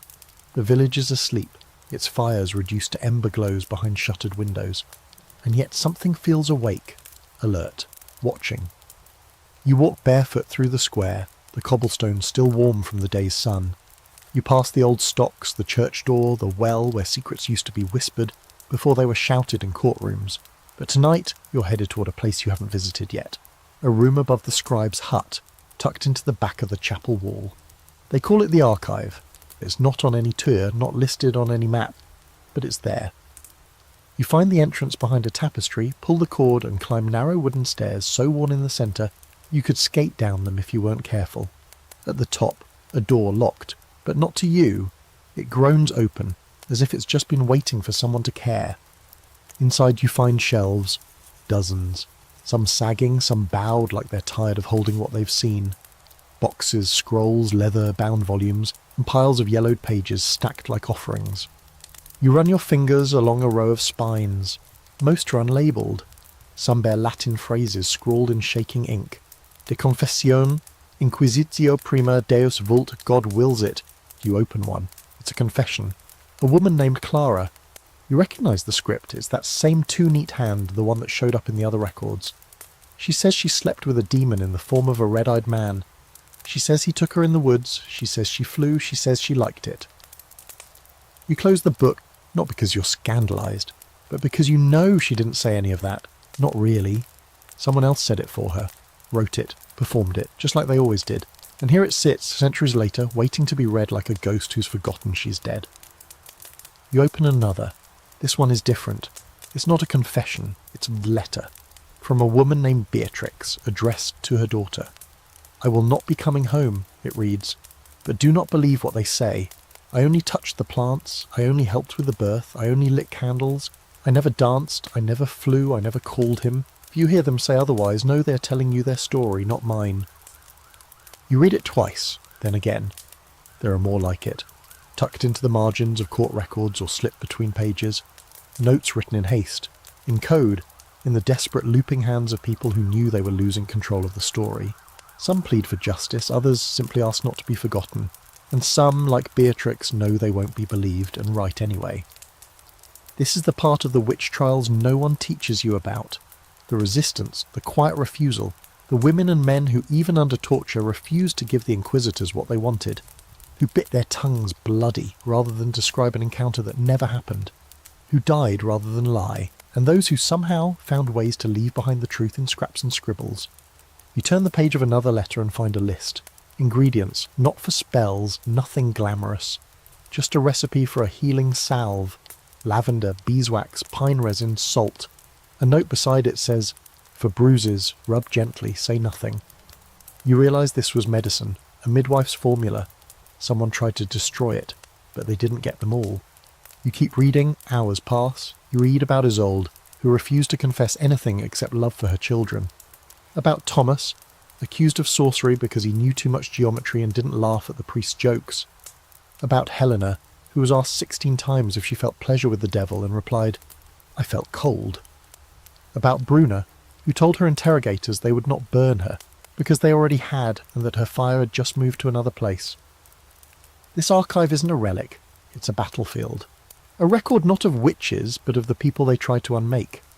a graveyard for truths that were rewritten, and a place somehow still standing where you can read what they weren't supposed to leave behind. There's a theory whispered among archivists and folklorists that the real legacy of the witch trials isn't the burnings, it's the rewriting of history, that the trials were as much about erasing alternative knowledge as they were about punishing it. That medicine, midwifery, fertility practices, early science, even forms of local governance, all of it was lost not to fire, but to shame. It's not just the people who were buried, it's the wisdom. And you wonder, how different would things look if these records weren't hidden? If we taught school children about Clara and Beatrix and Thomas and Helena, the way we teach them about kings and crusades, if we let their stories be what they were, not fairy tales, not fables, but evidence. The hour is late now, the windows are black. You tuck a folded page back into its book and replace it on the shelf, careful not to let the spine split. You walk down the stairs slower this time, listening to each creak. Each one sounds like a voice, like someone stepping beside you. Maybe they are. Back in the square, everything is still. The moon slips between clouds. The church bell stays quiet. You stand alone, holding the weight of hundreds of voices who were once stripped of their own. But not anymore. Not tonight. Dawn arrives slowly, bleeding gold and grey across the rooftops, the mist lifting like breath from the earth. The village begins to stir. Doors creak open. Pails scrape against wells. A rooster with a death wish declares the day with obnoxious certainty. You've been up all night, but the tired hasn't set in, not really, because something shifted in that archive, in you. It's not just a story anymore, it's personal, and as the sunlight pushes shadows out of the corners, you take one last walk through the village, past the chapel, the square, the graveyard. You notice things you didn't before, a charm hanging from a doorway, a bundle of rosemary tied to a post, a circle drawn faintly into the dirt with a heel or a stick, wards, leftovers, or maybe just memories etched in muscle memory. Not superstition exactly, not magic, just survival in the form of habit. You reach the edge of the village, where the land rolls into fields and the air smells of grain, and you realise it never really stopped. The fear, the rules, the control. We don't burn witches anymore, sure, but we still punish the wrong kind of woman. We still police bodies, still twist stories to fit the shape that power prefers. The tools are different now, but the hands? Same old knuckles, same old grip. Even today, when people talk about the witch trials, they say things like mass hysteria or primitive superstition. They distance themselves as if we've evolved past that kind of thing. But the truth is, what happened here wasn't about belief in magic. It was about belief in control and the fear of losing it. Because when you boil it all down, the flying, the sex with demons, the night dances, the animal transformations, it's all just metaphor for people refusing to behave, for women choosing something other than obedience, for bodies acting on their own terms, for knowledge that didn't come stamped with approval. The witch was never the villain. She was just the one who didn't kneel. And that's why they built the pyres. You pause at the fence line, fingers curled over the wood. A small girl stands nearby, braiding grass into little ropes. She hums to herself, off-key and wild, like she doesn't care if anyone listens. You ask her what she's making, and she shrugs. Witch ropes, she says, casual as anything. Why? To keep the cows calm. My grandmother taught me. You smile and ask if her grandmother was a witch. No, she says, but she knew things. You nod. That's how it always starts, doesn't it? She offers you one of the little ropes, and you tie it around your wrist without thinking. It smells like earth, like summer, like something older than doctrine. Behind you, the village continues its rituals. Morning bread baking, tools sharpened, water hauled, life carrying on as it always has, shaped by hands that remember what happened, even if the mouths that own them don't say it aloud. That's the legacy of the trials, not just death, but the silence that followed. The way entire generations learned to shut up, look down, behave. But they didn't forget. Not really. And if you listen closely, beneath the churn of modern life, beneath the asphalt and the algorithms and the Sunday brunches, you can still hear her. The witch. The woman who lived in her body, the healer who knew too much, the girl who wouldn't say sorry. She hums through the cracks in the sidewalk, she dances behind closed doors. She brews tea that doesn't come in bags and sings to plants just in case. She's not gone.